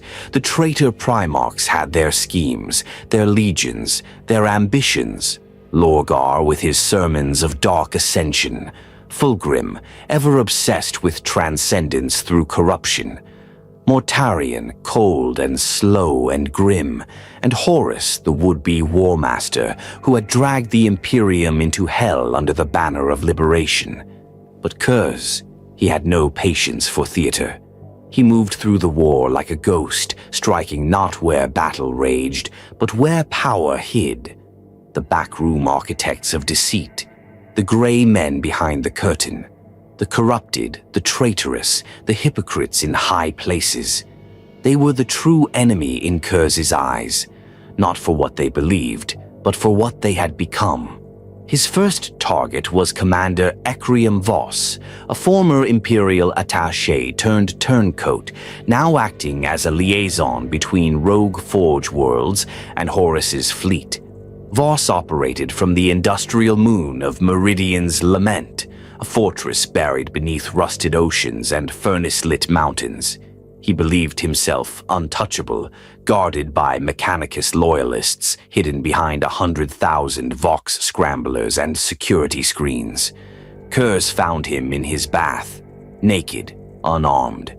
Voss's final moments were broadcast through the station's internal Vox loop, not screams, not pleading, just Curze's voice. "You fed the flames, little man. You lit the match and thought you'd never smell the smoke. Now, breathe." The station's reactors were rigged to overload. 10,000 workers died. The Mechanicus called it sabotage. The Sons of Horus called it unfortunate. Curze called it necessary. He continued, not always with such spectacle. Sometimes it was quiet, subtle. A remembrancer spreading pro-Horus propaganda on Tursa was found flayed, his skin draped over his own lectern. An apothecary on Kelhem, accused of harvesting the dead for gene stock without consent, vanished during warp transit. His body reappeared in stasis, mouth filled with his own fingers. Curze left no symbols, no Legion banners, only one word etched into each scene: guilty. His vendetta was not loyalist nor traitor. It was Curze's own doctrine, one that had no room for sides or symbols. He judged all equally by the same blade. Word spread, even among the traitor Primarchs. Fulgrim derided him, called him a rabid dog gnawing on scraps, but Fulgrim had long ceased to understand reality. Mortarion reportedly refused to speak Curze's name in council. Whether out of fear or disgust, none could say. Lorgar, fascinated, declared him a shadow prophet and sent emissaries bearing gifts of dark scriptures. Curze burned them. Even Horus, now bloated with the burden of civil war, took notice. He invited Curze to his war council aboard the Vengeful Spirit, an invitation extended only to brothers. Curze accepted, but not with ceremony. He arrived unannounced. slipped through the ship's decks like smoke, appeared at the war table mid-discussion. He said nothing for several minutes, staring at Horus, not at his armor or his weapons, but at him, as if searching for the soul behind the lie. And then, in front of the assembled traitor Primarchs and warlords, he spoke. "I saw you fall before you ever stood. You were meant for this. Every smile, every speech, a disguise. But the rot was always there. You are not the future, Horus. You are the corpse that screams it still breathes." Horus stood, but Curze was already gone. What followed was a campaign of dread, unlike anything the traitors had expected. Everywhere their agents gathered, Curze followed. Supply chains vanished in void storms, seeded with false distress calls. Fleet officers turned on each other, driven mad by whispered transmissions in Curze's voice, broadcast in languages they didn't speak. On the pleasure world of Sevarun, where a cabal of highborn traitors hosted orgiastic feasts while funding Horus' war, the skies turned red for a week. When Imperial scouts arrived later, they found no life. Only shadows burned into the walls, thousands of them all mid-scream. Curze's vendetta was not efficient. It was not strategic in any conventional sense, but it was effective. It forced traitor fleets to divert resources. Commanders grew paranoid. The idea that Curze could be anywhere, anytime, began to eat away at morale. Even within the Night Lords, his actions caused rifts. Some praised him, others feared him. He did not care. He made no speeches to the Legion, no calls to reunite. He was past unity. He had become a force, one that answered to no banner, no brother, and no throne. And then came the incident aboard the Eidolon, a traitor vessel carrying psychers and strategic assets to Horus's front. The ship entered warp at 0600 hours. At 0647, all psychers on board simultaneously screamed and tore out their own eyes. At 0650, gravity failed. At 0659, every terminal aboard the ship displayed the same message. You are judged. At 0702, the ship re-emerged from the warp, at the heart of a traitor fleet formation, its reactor critically destabilized. It detonated. 5 ships were lost, 100,000 traitor lives extinguished. Curze was never seen aboard, but his fingerprints were everywhere. In time, even the Loyalists began to murmur his name with a strange tone. Fear, yes, but also something more. Respect. Some commanders who had once feared him now considered him a weapon, one too unpredictable to wield, but too effective to condemn. And yet, Curze did not do it for them. Not for the Emperor, not for vengeance. His vendetta was not born of loyalty or grief. It was born of certainty. He had told them all long before the first bolt gun was fired in treason. This was inevitable. They called him mad. Now they bled. He was not hunting for justice anymore. He was justice, the kind that wears no badge, the kind that leaves no survivors, the kind that doesn't wait for verdicts, only the sound of the blade. The stars did not guide Konrad Curze. They accused him. Every flickering light overhead was a judgment, a reminder, a curse. And through that endless night, the Night Haunter walked alone, bound not by orders or allegiance, but by an oath made in silence, an oath to fate itself. It was not a vow spoken aloud. No ceremony marked it. No audience bore witness. But the oath was real, carved into his mind like a scar that never healed. It was the answer to every horror he inflicted, the cold justification behind every act of punishment. It was the thing that whispered to him when sleep fled and silence became unbearable. The oath was this: let them fear what they are, not fear him. Fear themselves. Fear the sins they buried beneath uniforms and titles and noble causes. Fear the moment when the mirror no longer lies. That was the creed of the Night Haunter, not a warrior's honor, not a general's legacy. A final, grim understanding that the galaxy could only be made obedient through reflection in blood. There were still those, even now, who asked what Konrad Curze believed, what ideology drove him, what he truly wanted. But such questions belonged to men who still had something left to save. Curze had long abandoned that illusion. What he believed was not hope, it was inevitability. He did not fight for the Emperor, nor did he fight for Horus. He fought for the truth he had seen since childhood, crawling in the shadows of Nostromo. The truth that all men, given time and opportunity, would show their worst selves, that without the noose of terror, humanity would cannibalize its future in 1,000 different languages of cruelty. Curze believed in fate because he saw it, not as superstition but as a map drawn in pain. His visions were not choices, they were outcomes etched into his mind in endless waves, civilizations collapsing, brothers killing brothers, angels falling with blackened wings. He had tried to warn them, tried to teach them. When he ruled Nostromo, he showed them what awaited when justice slept. When he led the Night Lords into the Great Crusade, he taught terror as discipline. Even in the Thrammas Crusade, he tried in his way to reveal the sickness eating through both sides. But no one listened, so he stopped explaining. And instead he demonstrated. It began to change how he moved through the galaxy. He no longer sought battles, only opportunities. Worlds teetering on the edge of civil unrest, stations ruled by corrupt bureaucrats, systems forgotten by both Imperium and traitors alike.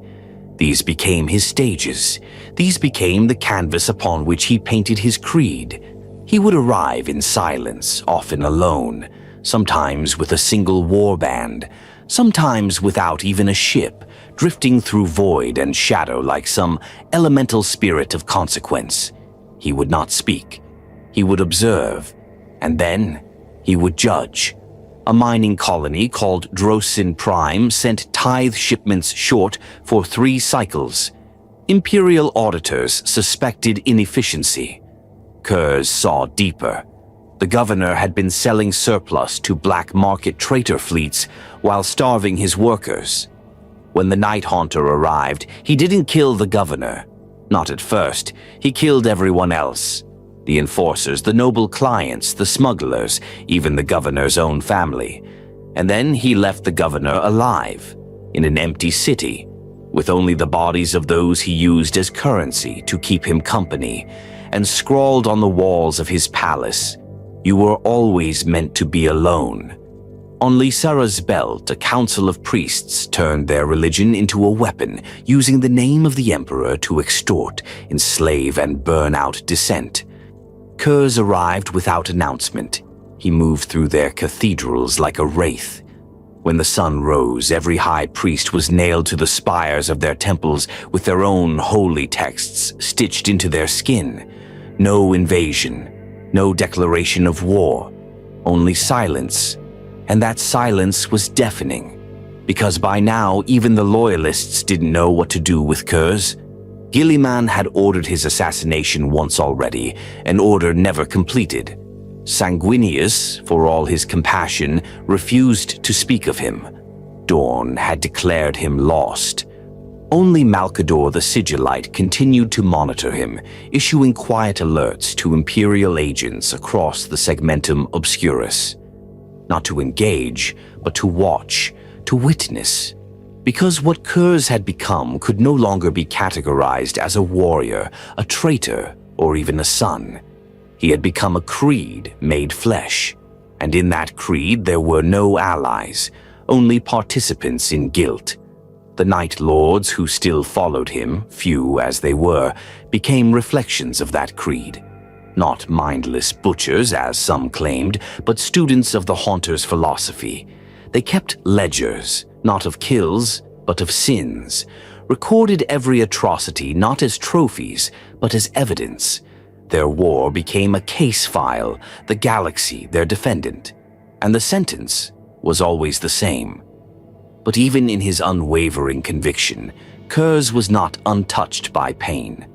The vision still came, more vivid, more violent. He saw not only what would be, but what could have been. Alternate paths. The love of a father he never received. A legion that remained whole. A world redeemed. He would wake from these illusions trembling, fists clenched, teeth cracked from tension. And then, in the quiet, he would whisper his creed again, not to reassure himself, but to remember. Because clarity, in the end, is a lonely thing. He did not want to be right. He simply was. And as the heresy raged on, as brother turned on brother, and terror prepared for its reckoning, the Night Haunter continued his journey. Not toward a goal, but toward completion. A final moment, seen 1,000 times before, when the blade would fall not on others, but on him. Because that too was part of the creed. That justice does not spare its wielder, and that no one, not even the judge, escapes the sentence of fate, especially not him. There is a silence that falls before judgment, not peace, not relief, but a waiting tension, like breath held before the blade comes down. On the fortress world of Macragge, far from the shrieking fronts of the Horus heresy, that silence came wrapped in ceremony, held together by laws and oaths and banners still untouched by ash. And into that silence walked a monster. Konrad Curze did not come in chains. He came by choice. Across the stars war thundered, terror bled, loyalists and traitors alike clashed in systems too broken to name. But Curze, burning with visions, unmoored from brotherhood and legion, haunted by a fate he had long stopped resisting, stepped into the heart of the Imperium's order with blood still drying on his gauntlets. He came to Macragge to be judged, not to plead innocence, not to beg mercy, but to prove one final truth, that the Imperium had always needed him, even as it despised him. The circumstances remain cloaked in mystery. Some say he surrendered himself after executing a rogue Imperial governor whose crimes had been legally pardoned by Guilliman himself. Others claim he walked through Ultramar's defenses unchallenged, as if daring them to stop him. What is certain is that when the gates of the fortress of Hera opened, Curze stood alone beneath them, unarmed, smiling, and they let him in. It should have been a trap. It should have been a slaughter, but it was neither. He walked the halls of Macragge in silence, his midnight-clad form flanked by 200 ultramarines, each one unsure if they were escorting a guest, a prisoner, or a demon. Civilians fled at the sight of him. Servitors twitched. Astropaths refused to look directly at him. His presence was a wrongness that seeped into the stone itself. When Guilliman arrived, there were no words of brotherhood. No embraces, no warmth. The Lord of Ultramar stared at his brother with the full weight of Imperial law behind his gaze, and Curze returned the stare with something colder than contempt. Pity. He was placed in the heart of the fortress, in a cell carved from adamantium and null fields, watched by psychers and warriors alike. Yet he made no attempt to flee. He sat cross-legged in the center, eyes closed, speaking softly to voices only he could hear. "I told them this would happen," he whispered once, to a guard who asked nothing. "And now they want to pretend they didn't hear me." The trial began with ritual. A tribunal of Ultramar's most senior legal minds was summoned. Witnesses were gathered. Officers, survivors, records from dozens of worlds where the Night Lords had spread their terror. They called him war criminal, butcher, traitor. Curze never denied it. When the first charges were read, he did not speak. When the first testimonies were given, he did not blink. But when Guilliman himself took the dais, standing as both judge and symbol, the silence cracked. "You do not deserve to speak," Guilliman said. "You have betrayed everything we were built to uphold." And Curze, for the first time, responded. "I did not betray it," he said. "I proved it." Guilliman's voice, normally ironclad, faltered. Proved what? That your laws are a lie. That order is a mask you wear to hide your fear. That justice without fear is nothing but decoration. And that you, Robute, build monuments to control, while I tear them down to show the rot beneath. The room trembled, not from volume, but from truth. Curze did not rage. He spoke. He listed every world where his legion had instilled peace through terror, worlds still compliant while Guilliman's bureaucrats squabbled over tithe percentages. He described rebel lords who escaped trial under Ultramar's laws, only to die beneath the blades of the Night Lords. He cited doctrine, precedent, case law. He made the courtroom his cathedral, and for a moment, just a breath, some believed him. A junior arbiter broke protocol to ask, "Then why come here at all?" Curze looked up, smiled. "Because the dream is dying, and I want to watch it admit it was never alive." The trial became spectacle. The Imperium sent envoys, Primarchs sent representatives. The Vox channels across Ultramar whispered with debate and fear. Could the Night Haunter be tried? Did the laws of man apply to one who had predicted all of this? Who had acted while others hesitated? The answer, of course, came not from judgment, but from inevitability. Because Curze had not come to be judged, he had come to end it. He left letters, hundreds, scattered across his cell, hidden in ventilation shafts, tucked into the uniforms of guards, each one addressed to a different figure, some mortal, some immortal, some still alive, some not yet born. And in every letter, one theme returned. You will call me mad, but you will follow the path I carved. On the 23rd day of the tribunal, the defense requested an adjournment. Curze had refused to provide formal counsel. He had not even sat during proceedings.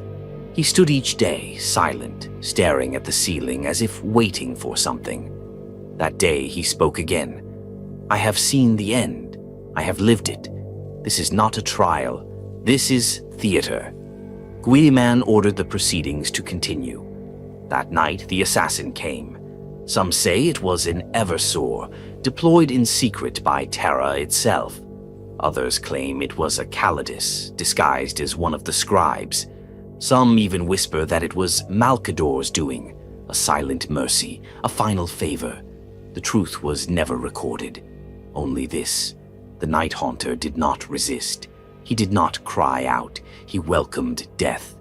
The assassin found him in the dark, standing in the center of his cell, eyes closed, hands open.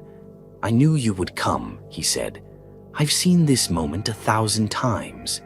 Every time I wonder if I will flinch. He didn't. A flash of light, a single clean strike, and the Night Haunter fell, not screaming, not pleading, smiling. His death did not end the war. It did not reunite the Night Lords. It did not redeem him. But in that final moment, with the Imperium's justice executed behind closed doors, Curze's creed proved itself once more. That truth cannot be caged, that justice does not ask for permission, and that sometimes the monster is right. Konrad Curze always knew how his story would end, not through guesswork or deduction, not because he feared death, he never feared death, but because he had seen it. From the moment his fractured mind first began to unravel in the gutters of Nostromo, he had witnessed visions of things yet to come, painful things, certain things, and above all else, one memory of the future remained constant. A cloaked figure, a sharp blade, and the cold, final moment when his head would fall. He saw it in every mirror, every ripple in still water, every flicker of reflection on a blade's surface. It wasn't a nightmare. It was a promise. And when the end came, he did not resist it. After the events of the Thrama's crusade, after his confrontation with the Lion and the collapse of the 8th Legion into scattered, howling warbands, Curze was taken aboard the Invincible Reason, the flagship of the Dark Angels. Whether it was a capture or a surrender, even the records remain unclear. What is known is that he was not bound in chains. No force could hold him, not the prison decks of a 1st Legion battle barge, not the might of Lionel Johnson's honor guard. Curze walked freely through the vessel's halls. He was a shadow in a place of order, a specter haunting a fortress of discipline. Servitors short-circuited in his presence. Vox units choked with static when he passed. Guards muttered prayers through clenched teeth and looked over their shoulders long after he had gone. And still the lion would not kill him. Pride, perhaps, or guilt, or the stubborn, naive hope that justice could still be served through imperial process. Gilliman would want a trial. Dawn would want a reckoning. And the lion, ever rigid, would follow their path. But Konrad Curze already knew his. For months, some say years, he wandered the ship. The crew came to fear him like an old myth. The Night Haunter became a thing half-whispered, half-seen, and never confronted. He would appear without warning in an officer's quarters, stand for hours in silent meditation before disappearing into the walls. More than one body was found with no wounds and terror etched onto their frozen faces. Every security sweep failed. Every lockdown failed. Every attempt to corner him ended with screaming. Then, one night, without fanfare, he returned to a single, dark room deep within the ship. He sat, cloaked in shadow, cross-legged on the floor, staring at nothing, waiting. He was not alone. The assassin had already boarded. She was of the Kalidas Temple, trained for decades, altered beyond humanity. Her name was M. Shen. She did not wear the war gear of an execution force. She wore silence. She moved like memory, already gone by the time you remembered her. The kill order had not come from Gilliman, nor the lion. It had come from terror, whispered from the lips of Malkador the Sigillite, passed through channels so secret they barely existed at all. A single directive. End him. Because Konrad Curze was no longer a Primarch in exile, he was a symbol, a virus, a prophecy that bled into every corner of the Imperium and made men question the righteousness of their masters. He was not just dangerous, he was proof, and that could not be allowed to live. M'Shen entered the room without sound. He was already seated in the center of the floor. Bareheaded, armor sloughed from his frame, black hair hanging about his face like the strands of a funeral shroud. His eyes opened slowly when she approached. They met hers, not with fear, not even curiosity, with recognition. "I have seen you," he said. His voice was soft, but it carried. It always carried. Not your face, not your name, but your presence. Since the beginning, she said nothing. The assassin did not speak. It was not her place. She was not sent to listen, only to end. "I remember every future," Curze continued, rising slowly to his feet. "But this one, I saw most clearly." He stepped toward her, unarmed, unarmored, not defiant, not pleading, resolute. "You are not my enemy," he said. "You are my fate." She raised the phase blade. Curze closed his eyes. A pause. Then, as the blade sang through the air, he spoke one final sentence. "Let them fear what they've done." And the blade fell. There was no struggle, no defense. The edge passed through his neck with surgical precision, separating spine from skull in a single clean stroke. His body slumped to the floor. His head rolled across the deck and came to rest against the wall, eyes still open, still smiling. She left him there. The blade returned to its sheath without sound. There was no triumph in her posture, no righteousness. She had done what was needed, nothing more. The report would be brief. Subject terminated, no resistance, fate accepted. But long after she had gone, the ship did not move. The crew did not celebrate. They simply waited in silence, because though the Haunter was dead, his presence remained. They buried the body in silence, The Lion himself oversaw the sealing of the remains, locking them in a vault no one would ever open. The head, some say, was sent to Terra. Others claim it vanished aboard a Night Lord's vessel that somehow infiltrated the ship in the days that followed. But it does not matter, because the death of Konrad Curze did not end the fear. It perfected it.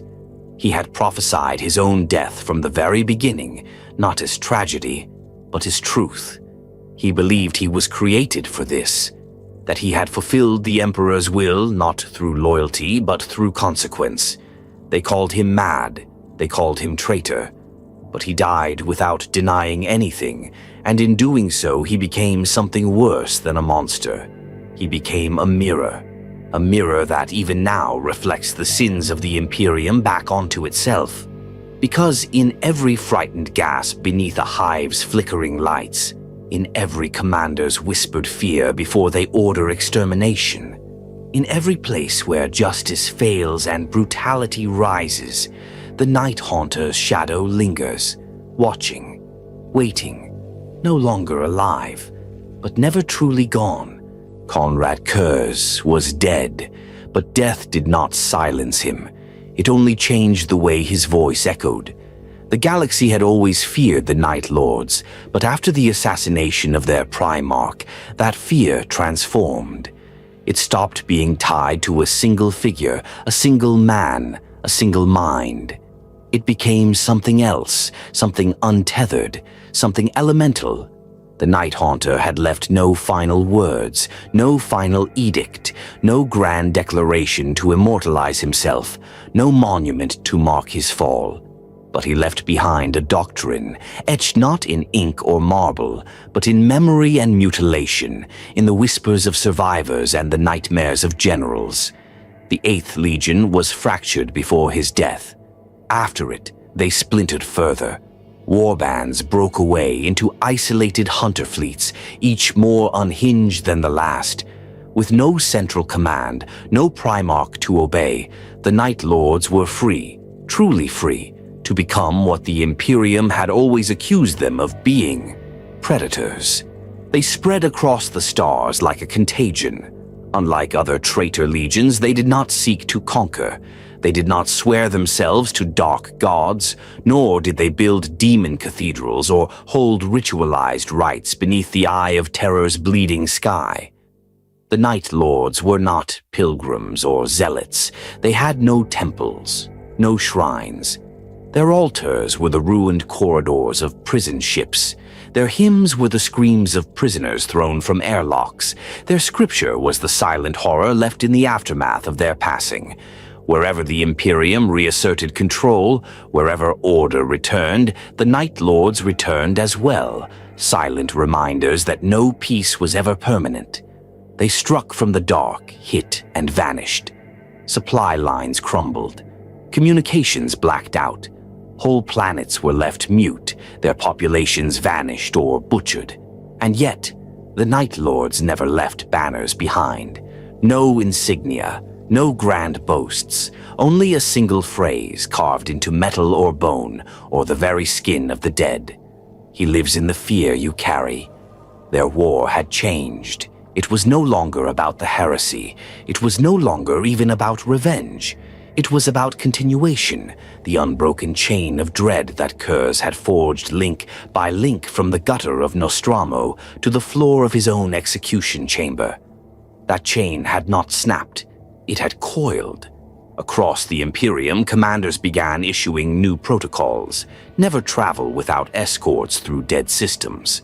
Never respond to distress calls that arrive without source verification. Never investigate derelict ships without overwhelming force. Even then, it was often too late. The slaughter of Vectra, a series of 6 Imperial Navy vessels lured to a mining outpost with falsified reports of chaos cult activity. The ships arrived to find the outpost silent, abandoned. Then the lights failed. By the time backup arrived, the crew of all 6 ships had been murdered. Not a shot fired in defense, no survivors, no data logs. Just a single picked feed fragment recovered from a ruined helmet. A Night Lord, standing over a pile of corpses, not speaking, just staring. Then darkness. The Imperium labeled them terrorists, pirates, scum, cowards. But none of it mattered, because they were effective. They knew the truth Curze had taught them. That victory wasn't measured in dead enemies, but in broken resolve. You didn't need to kill every soldier on a world. You just needed to convince the rest that death would be better than what followed. The Night Lords perfected it. They began incorporating voice chants into their strikes, broadcasting fragments of Curze's own words, spliced with battlefield recordings, layered with the screams of their victims. These haunter tongues became infamous. Vox operators would tear off their headsets. Tech priests refused to even attempt decoding them, citing mimetic hazard. Whole regiments were broken before the Night Lords landed. Some warbands took it further. Captain Malkarian of the Bleeding Claw installed a system aboard his cruiser that harvested the vocal cords of prisoners. Before each raid, the ship would flood enemy comms with the last words of those it had killed. Painfully accurate, pitch-perfect recreations of husbands, wives, children, calling out for help, for forgiveness. No one stood their ground after that.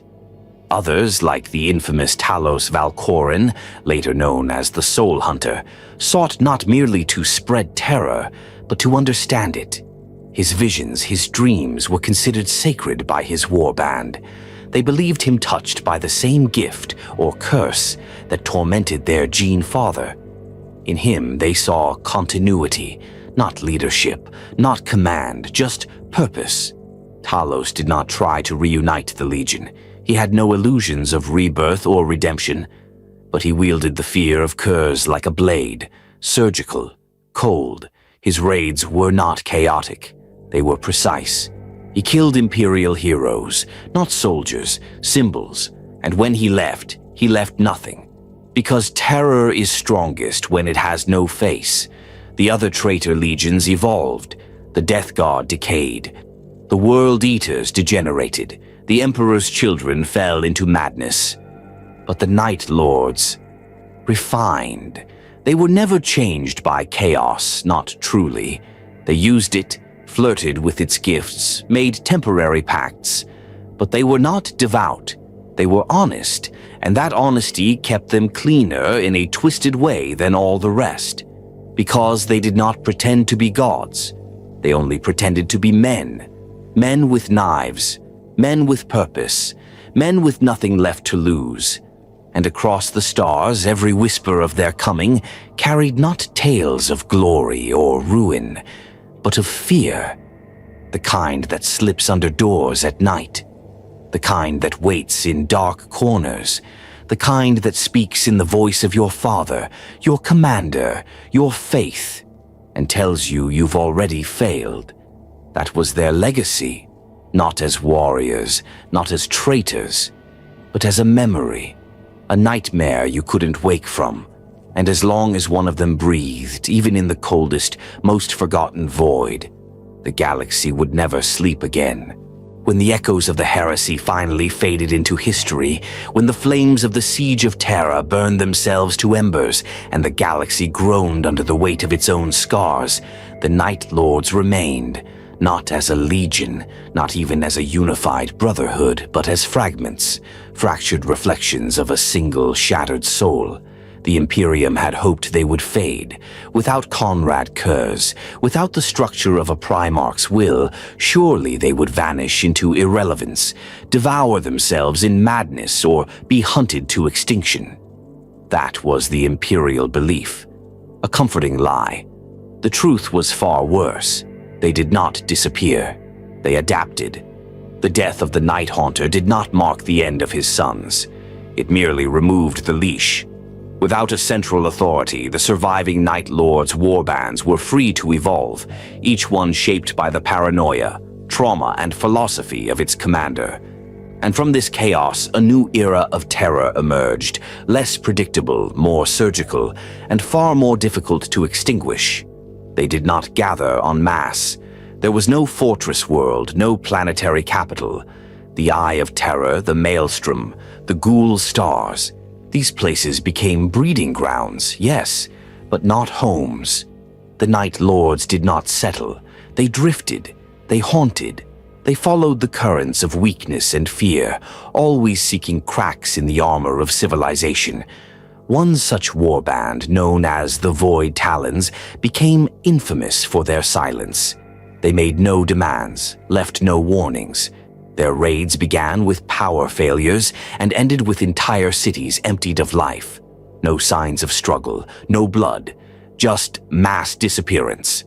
It was said they harvested populations wholesale, either for labor, flesh, or sport. Some claimed they sold their captives to dark Mechanicus enclaves. Others said they were trying to build a Shadow Nostromo aboard their flagship, a floating hell where the condemned were forced to reenact the sins of their ancestors. Another warband, the Pale Wraiths, adopted the tactics of psychological warfare to an extreme. They planted false messages across Vox networks, posed as Imperial chaplains or loyalist commanders, lured entire regiments into ambushes. They would broadcast the last moments of their victims across the local system, distorted voices, screaming prayers, curses, pleas for help. When the Imperium responded, they found only ash.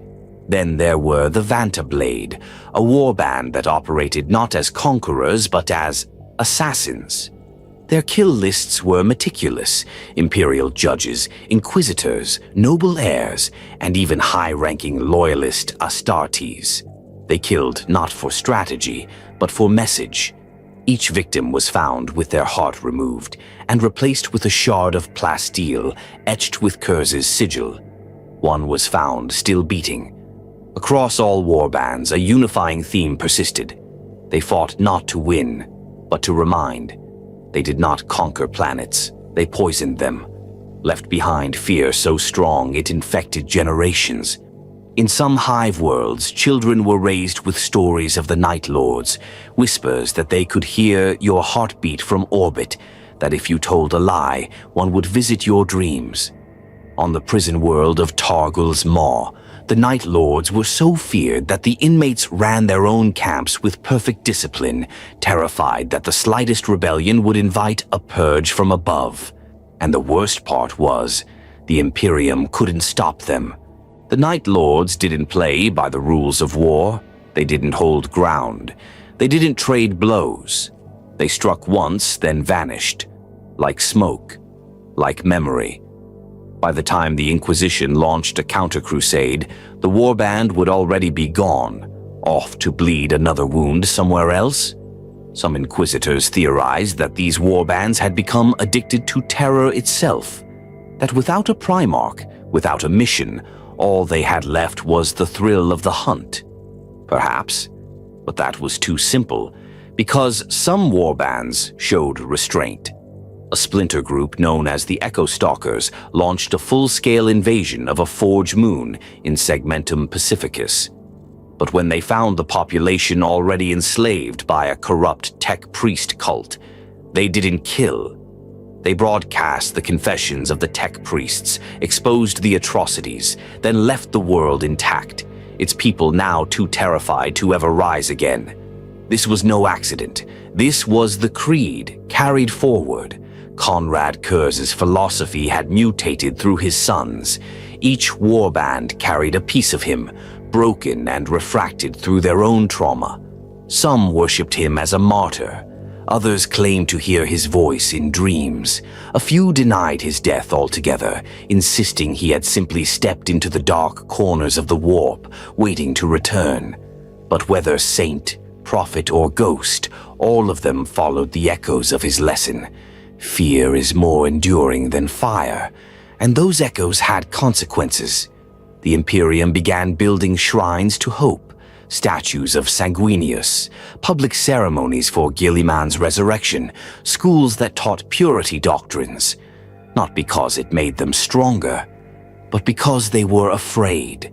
They feared the return of a ship without signal, a voice on an unsecured channel, a single blue-armored figure standing in the dark, and they were right to fear. Because the Night Lords had not forgotten the galaxy.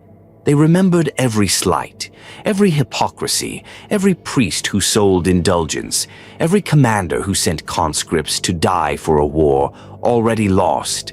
They remembered, and they visited.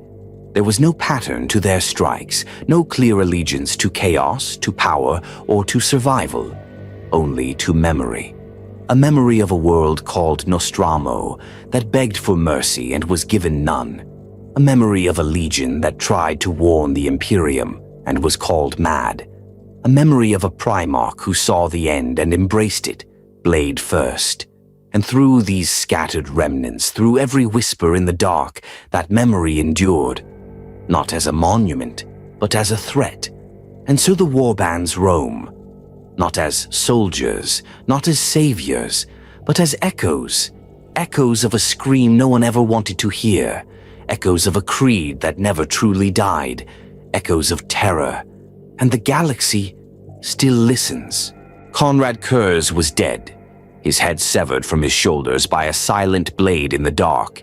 His blood soaked the steel floor of a loyalist flagship, and his corpse was buried without ceremony in a sealed vault beneath layers of adamantium, hexagrammic wards, and secrecy. But death is not silence. Death is memory, and memory, especially when carved in fear, echoes longer than flesh ever can. Across the Imperium, long after his physical form was destroyed, Konrad Curze became something else. Not a ghost, not a martyr, not a god. He became a presence, an enduring dread that lingered in the cracks between loyalty and rot. The Night Haunter's legend, like his war, was never about conquest. It was about consequence. He did not need to be seen to be known. He did not need to live to be felt.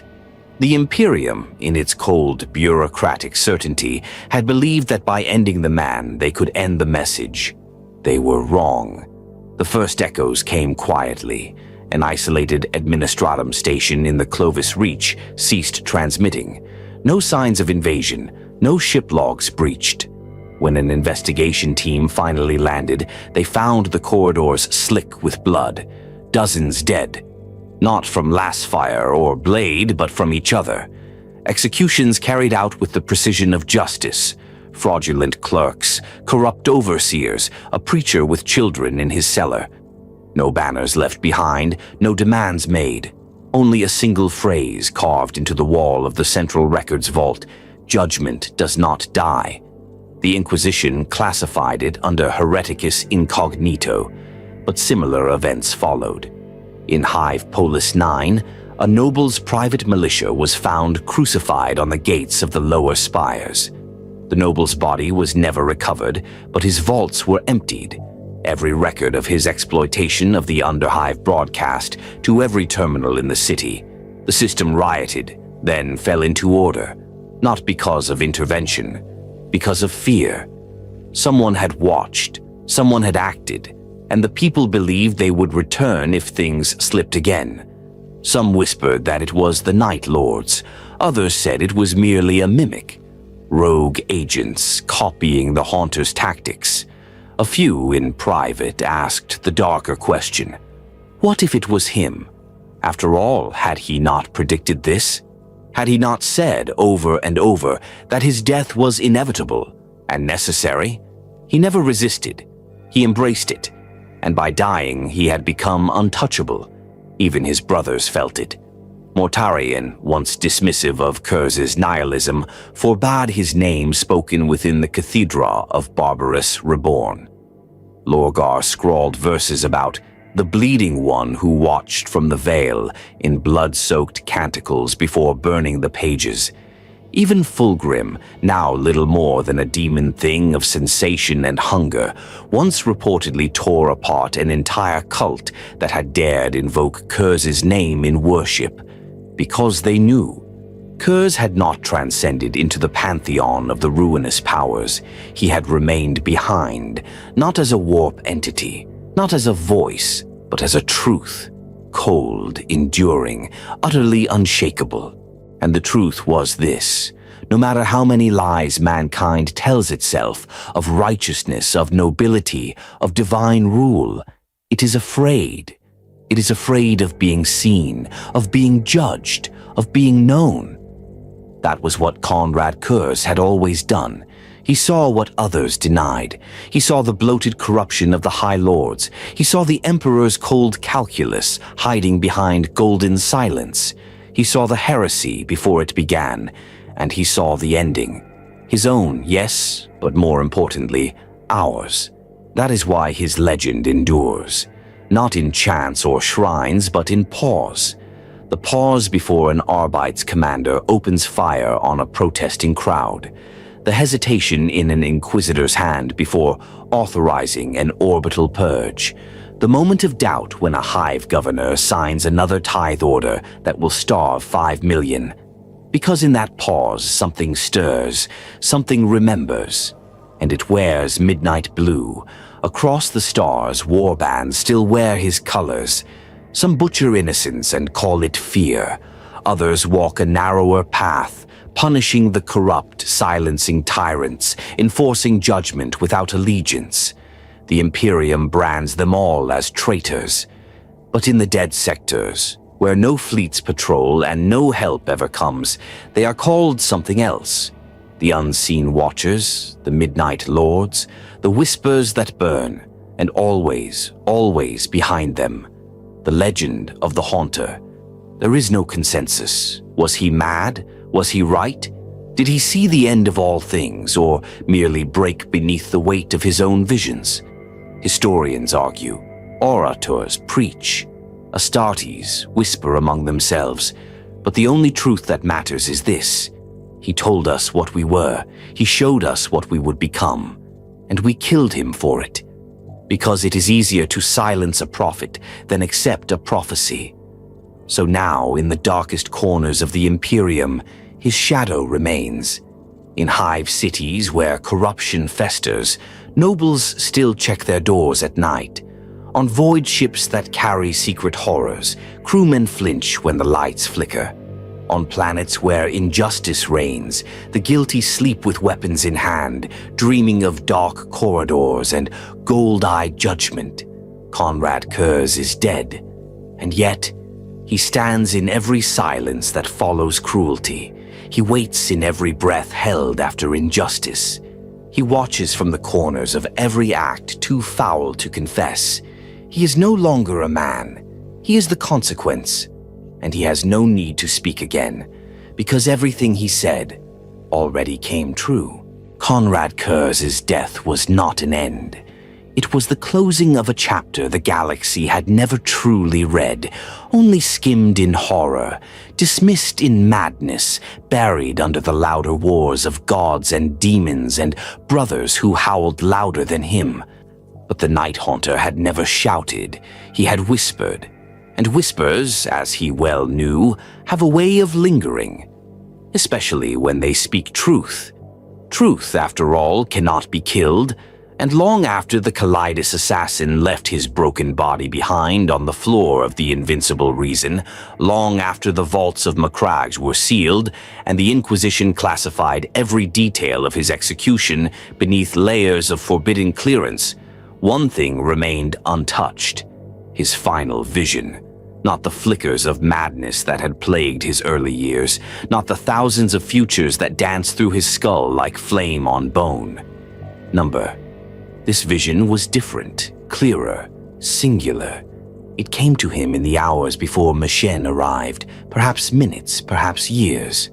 Time no longer moved in a straight line for Curze by then. It looped, it bled, it folded back in on itself like a dying star. He stood in the dark of the Invincible Reason, alone. The corridor was quiet, too quiet. Even the hum of the vessel's engines had faded, as though the ship itself had stopped to watch. He stared at the blackness ahead, and it opened like a wound. And there, in that wound of time, he saw it. The Imperium to come.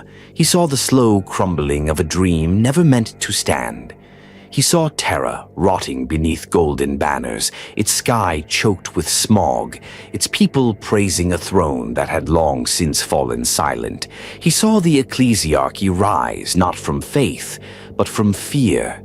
He saw the Imperium's people turn to superstition and slaughter, mistaking control for salvation, praying to a corpse for forgiveness from crimes they had not yet committed. He saw Space Marines turn to relics, weapons, no longer warriors, silent statues in armor too heavy with history to move. He saw worlds burning in the name of order, cities razed for the crime of asking questions, planets silenced before they could speak rebellion aloud, and he saw his brothers, those still living, corrupted beyond even his worst imaginings. Lorgar lost in spirals of scripture, his words now poison. Perturabo entombed in iron, his bitterness made eternal. Fulgrim a mask of flesh and pleasure, no longer even pretending to care. Angron howling into the void, his rage too hollow to be meaningful. Mortarion walking through fields of plague without memory of why he once hated chains. He saw the traitor legions not as conquerors, but as consequences. A warning that the Imperium refused to heed over and over and over again.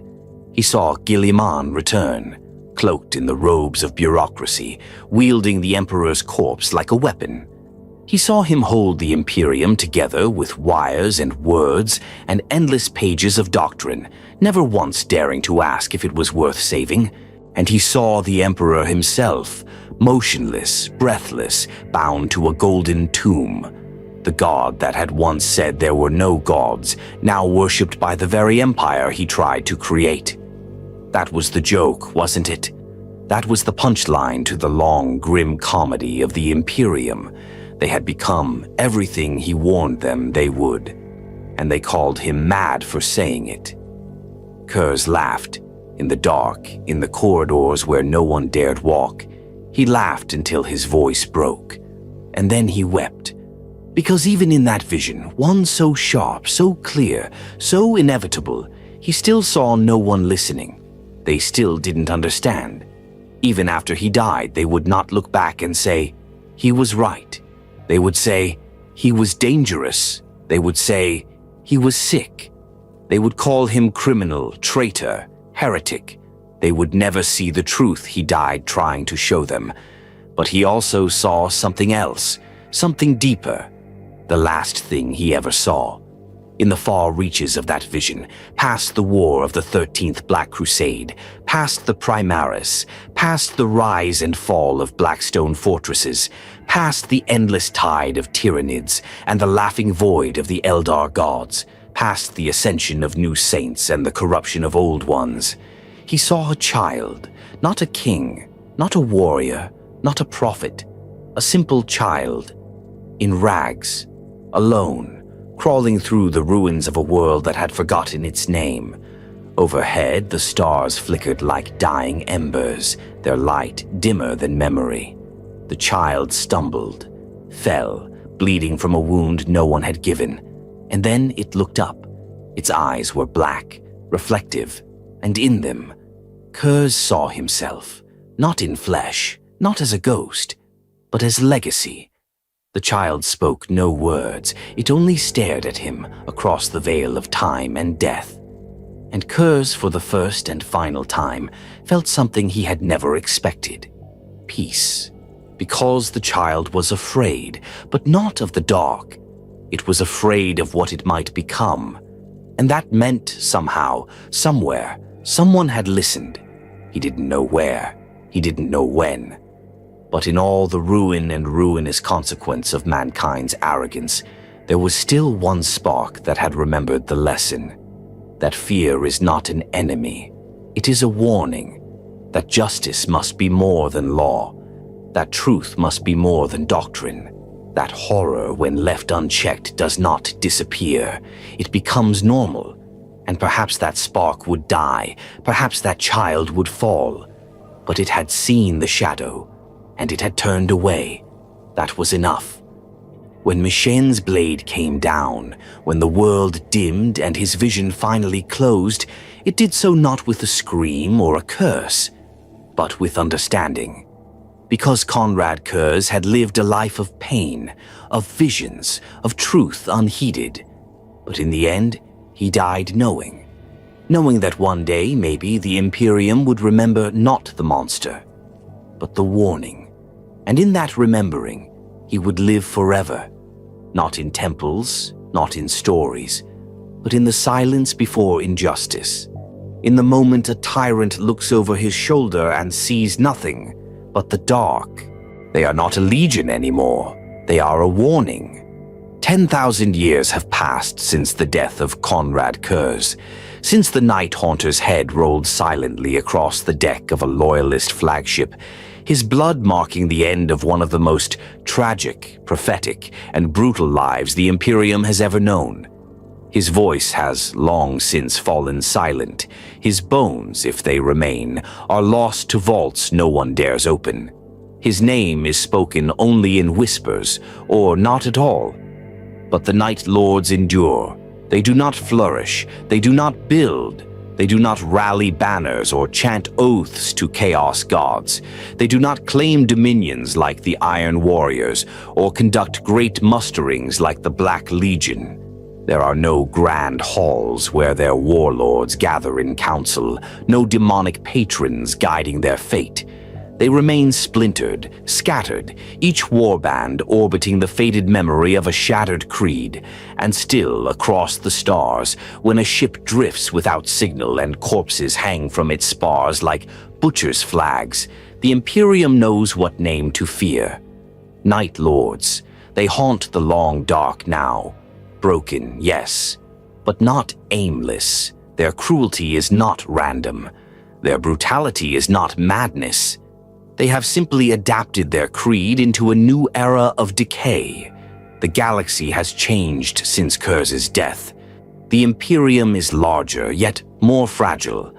The Great Rift has split the stars asunder.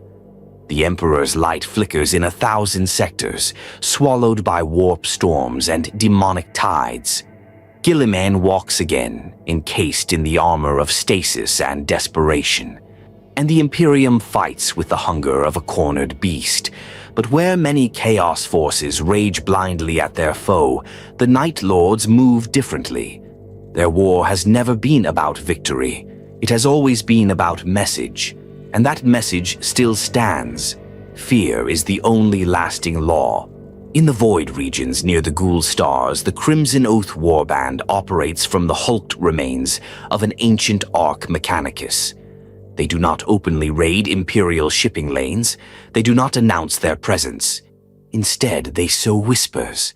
They leave fragments of data that implicate local governors in heretical practices. They feed encrypted messages to rival PDF commanders. They create doubt. Then they strike, not to conquer, but to reveal.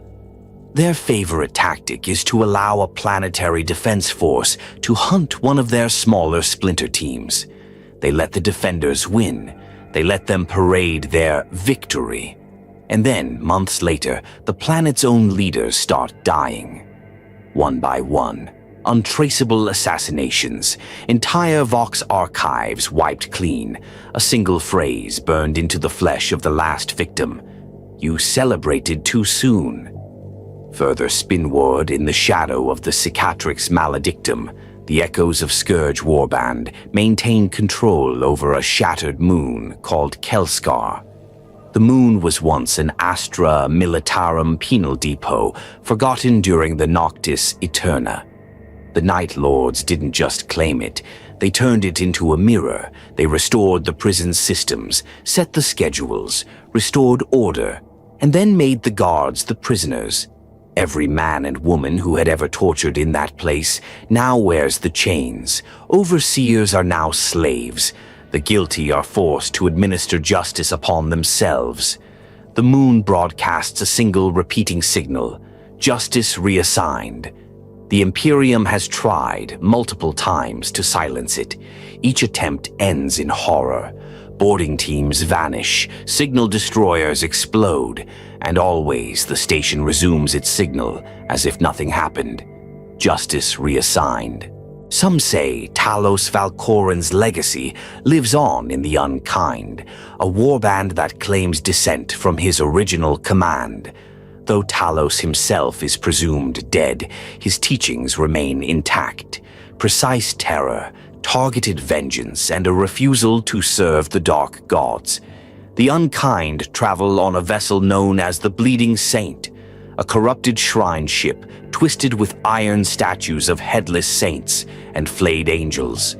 They maintain strict rules: no unnecessary killing, no civilian slaughter, no worship.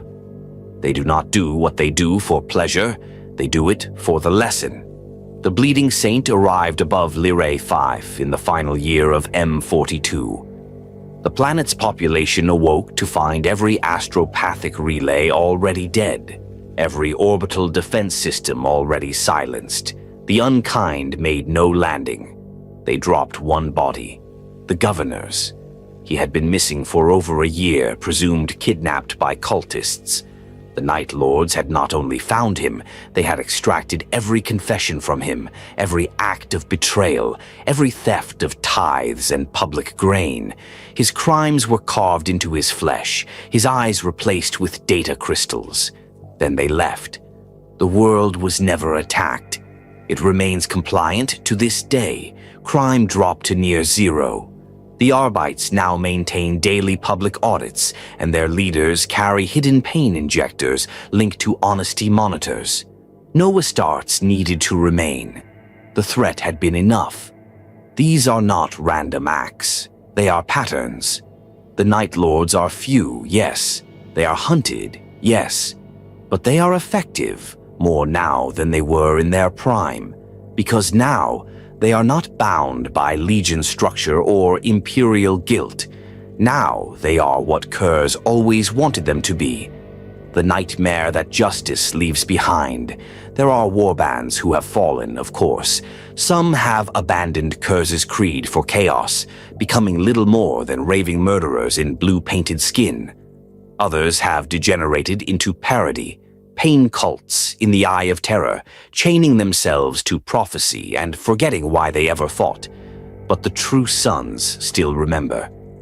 The Tenebrae, led by the enigmatic Seraphax, travel with a massive relic. A stasis coffin containing what they claim is Konrad Curze's skull. Whether it is true or not, none can say. But wherever they go, they broadcast fragments of his recorded visions, overlaid with the screams of those they execute. Aboard the Void Weaver, it is said that the inner chapel bears no iconography, only a single empty throne bathed in shadow. The seat is never used, but all who pass it must recite the 8 warnings of Nostromo or suffer flaying at the hands of cyberserfs. These Night Lords do not worship their Primarch. They remember him, and in that remembrance they preserve the only law they still recognize. Let them fear what they are. In the modern Imperium, where demons walk and Primarchs return, where warp storms boil and heresies rise in every gutter, it is not surprising that few speak of the Night Lords. There are louder threats, more obvious ones. But every commander who holds a summary execution order in their hand, every arbitrator who plants false evidence to uphold a broken charge, every governor who steals grain meant for the poor. They still look over their shoulder, because somewhere, in the dark between stars, a Night Lord waits. Not for orders, not for glory, but for the right moment. And when it comes, there will be no speeches, no challenge, no mercy, only silence, a drop in the dark, and the terrible, perfect understanding that this was always coming. The Night Haunter is long dead, but his sons still walk, and the galaxy remembers what it feels like to be watched by judgment.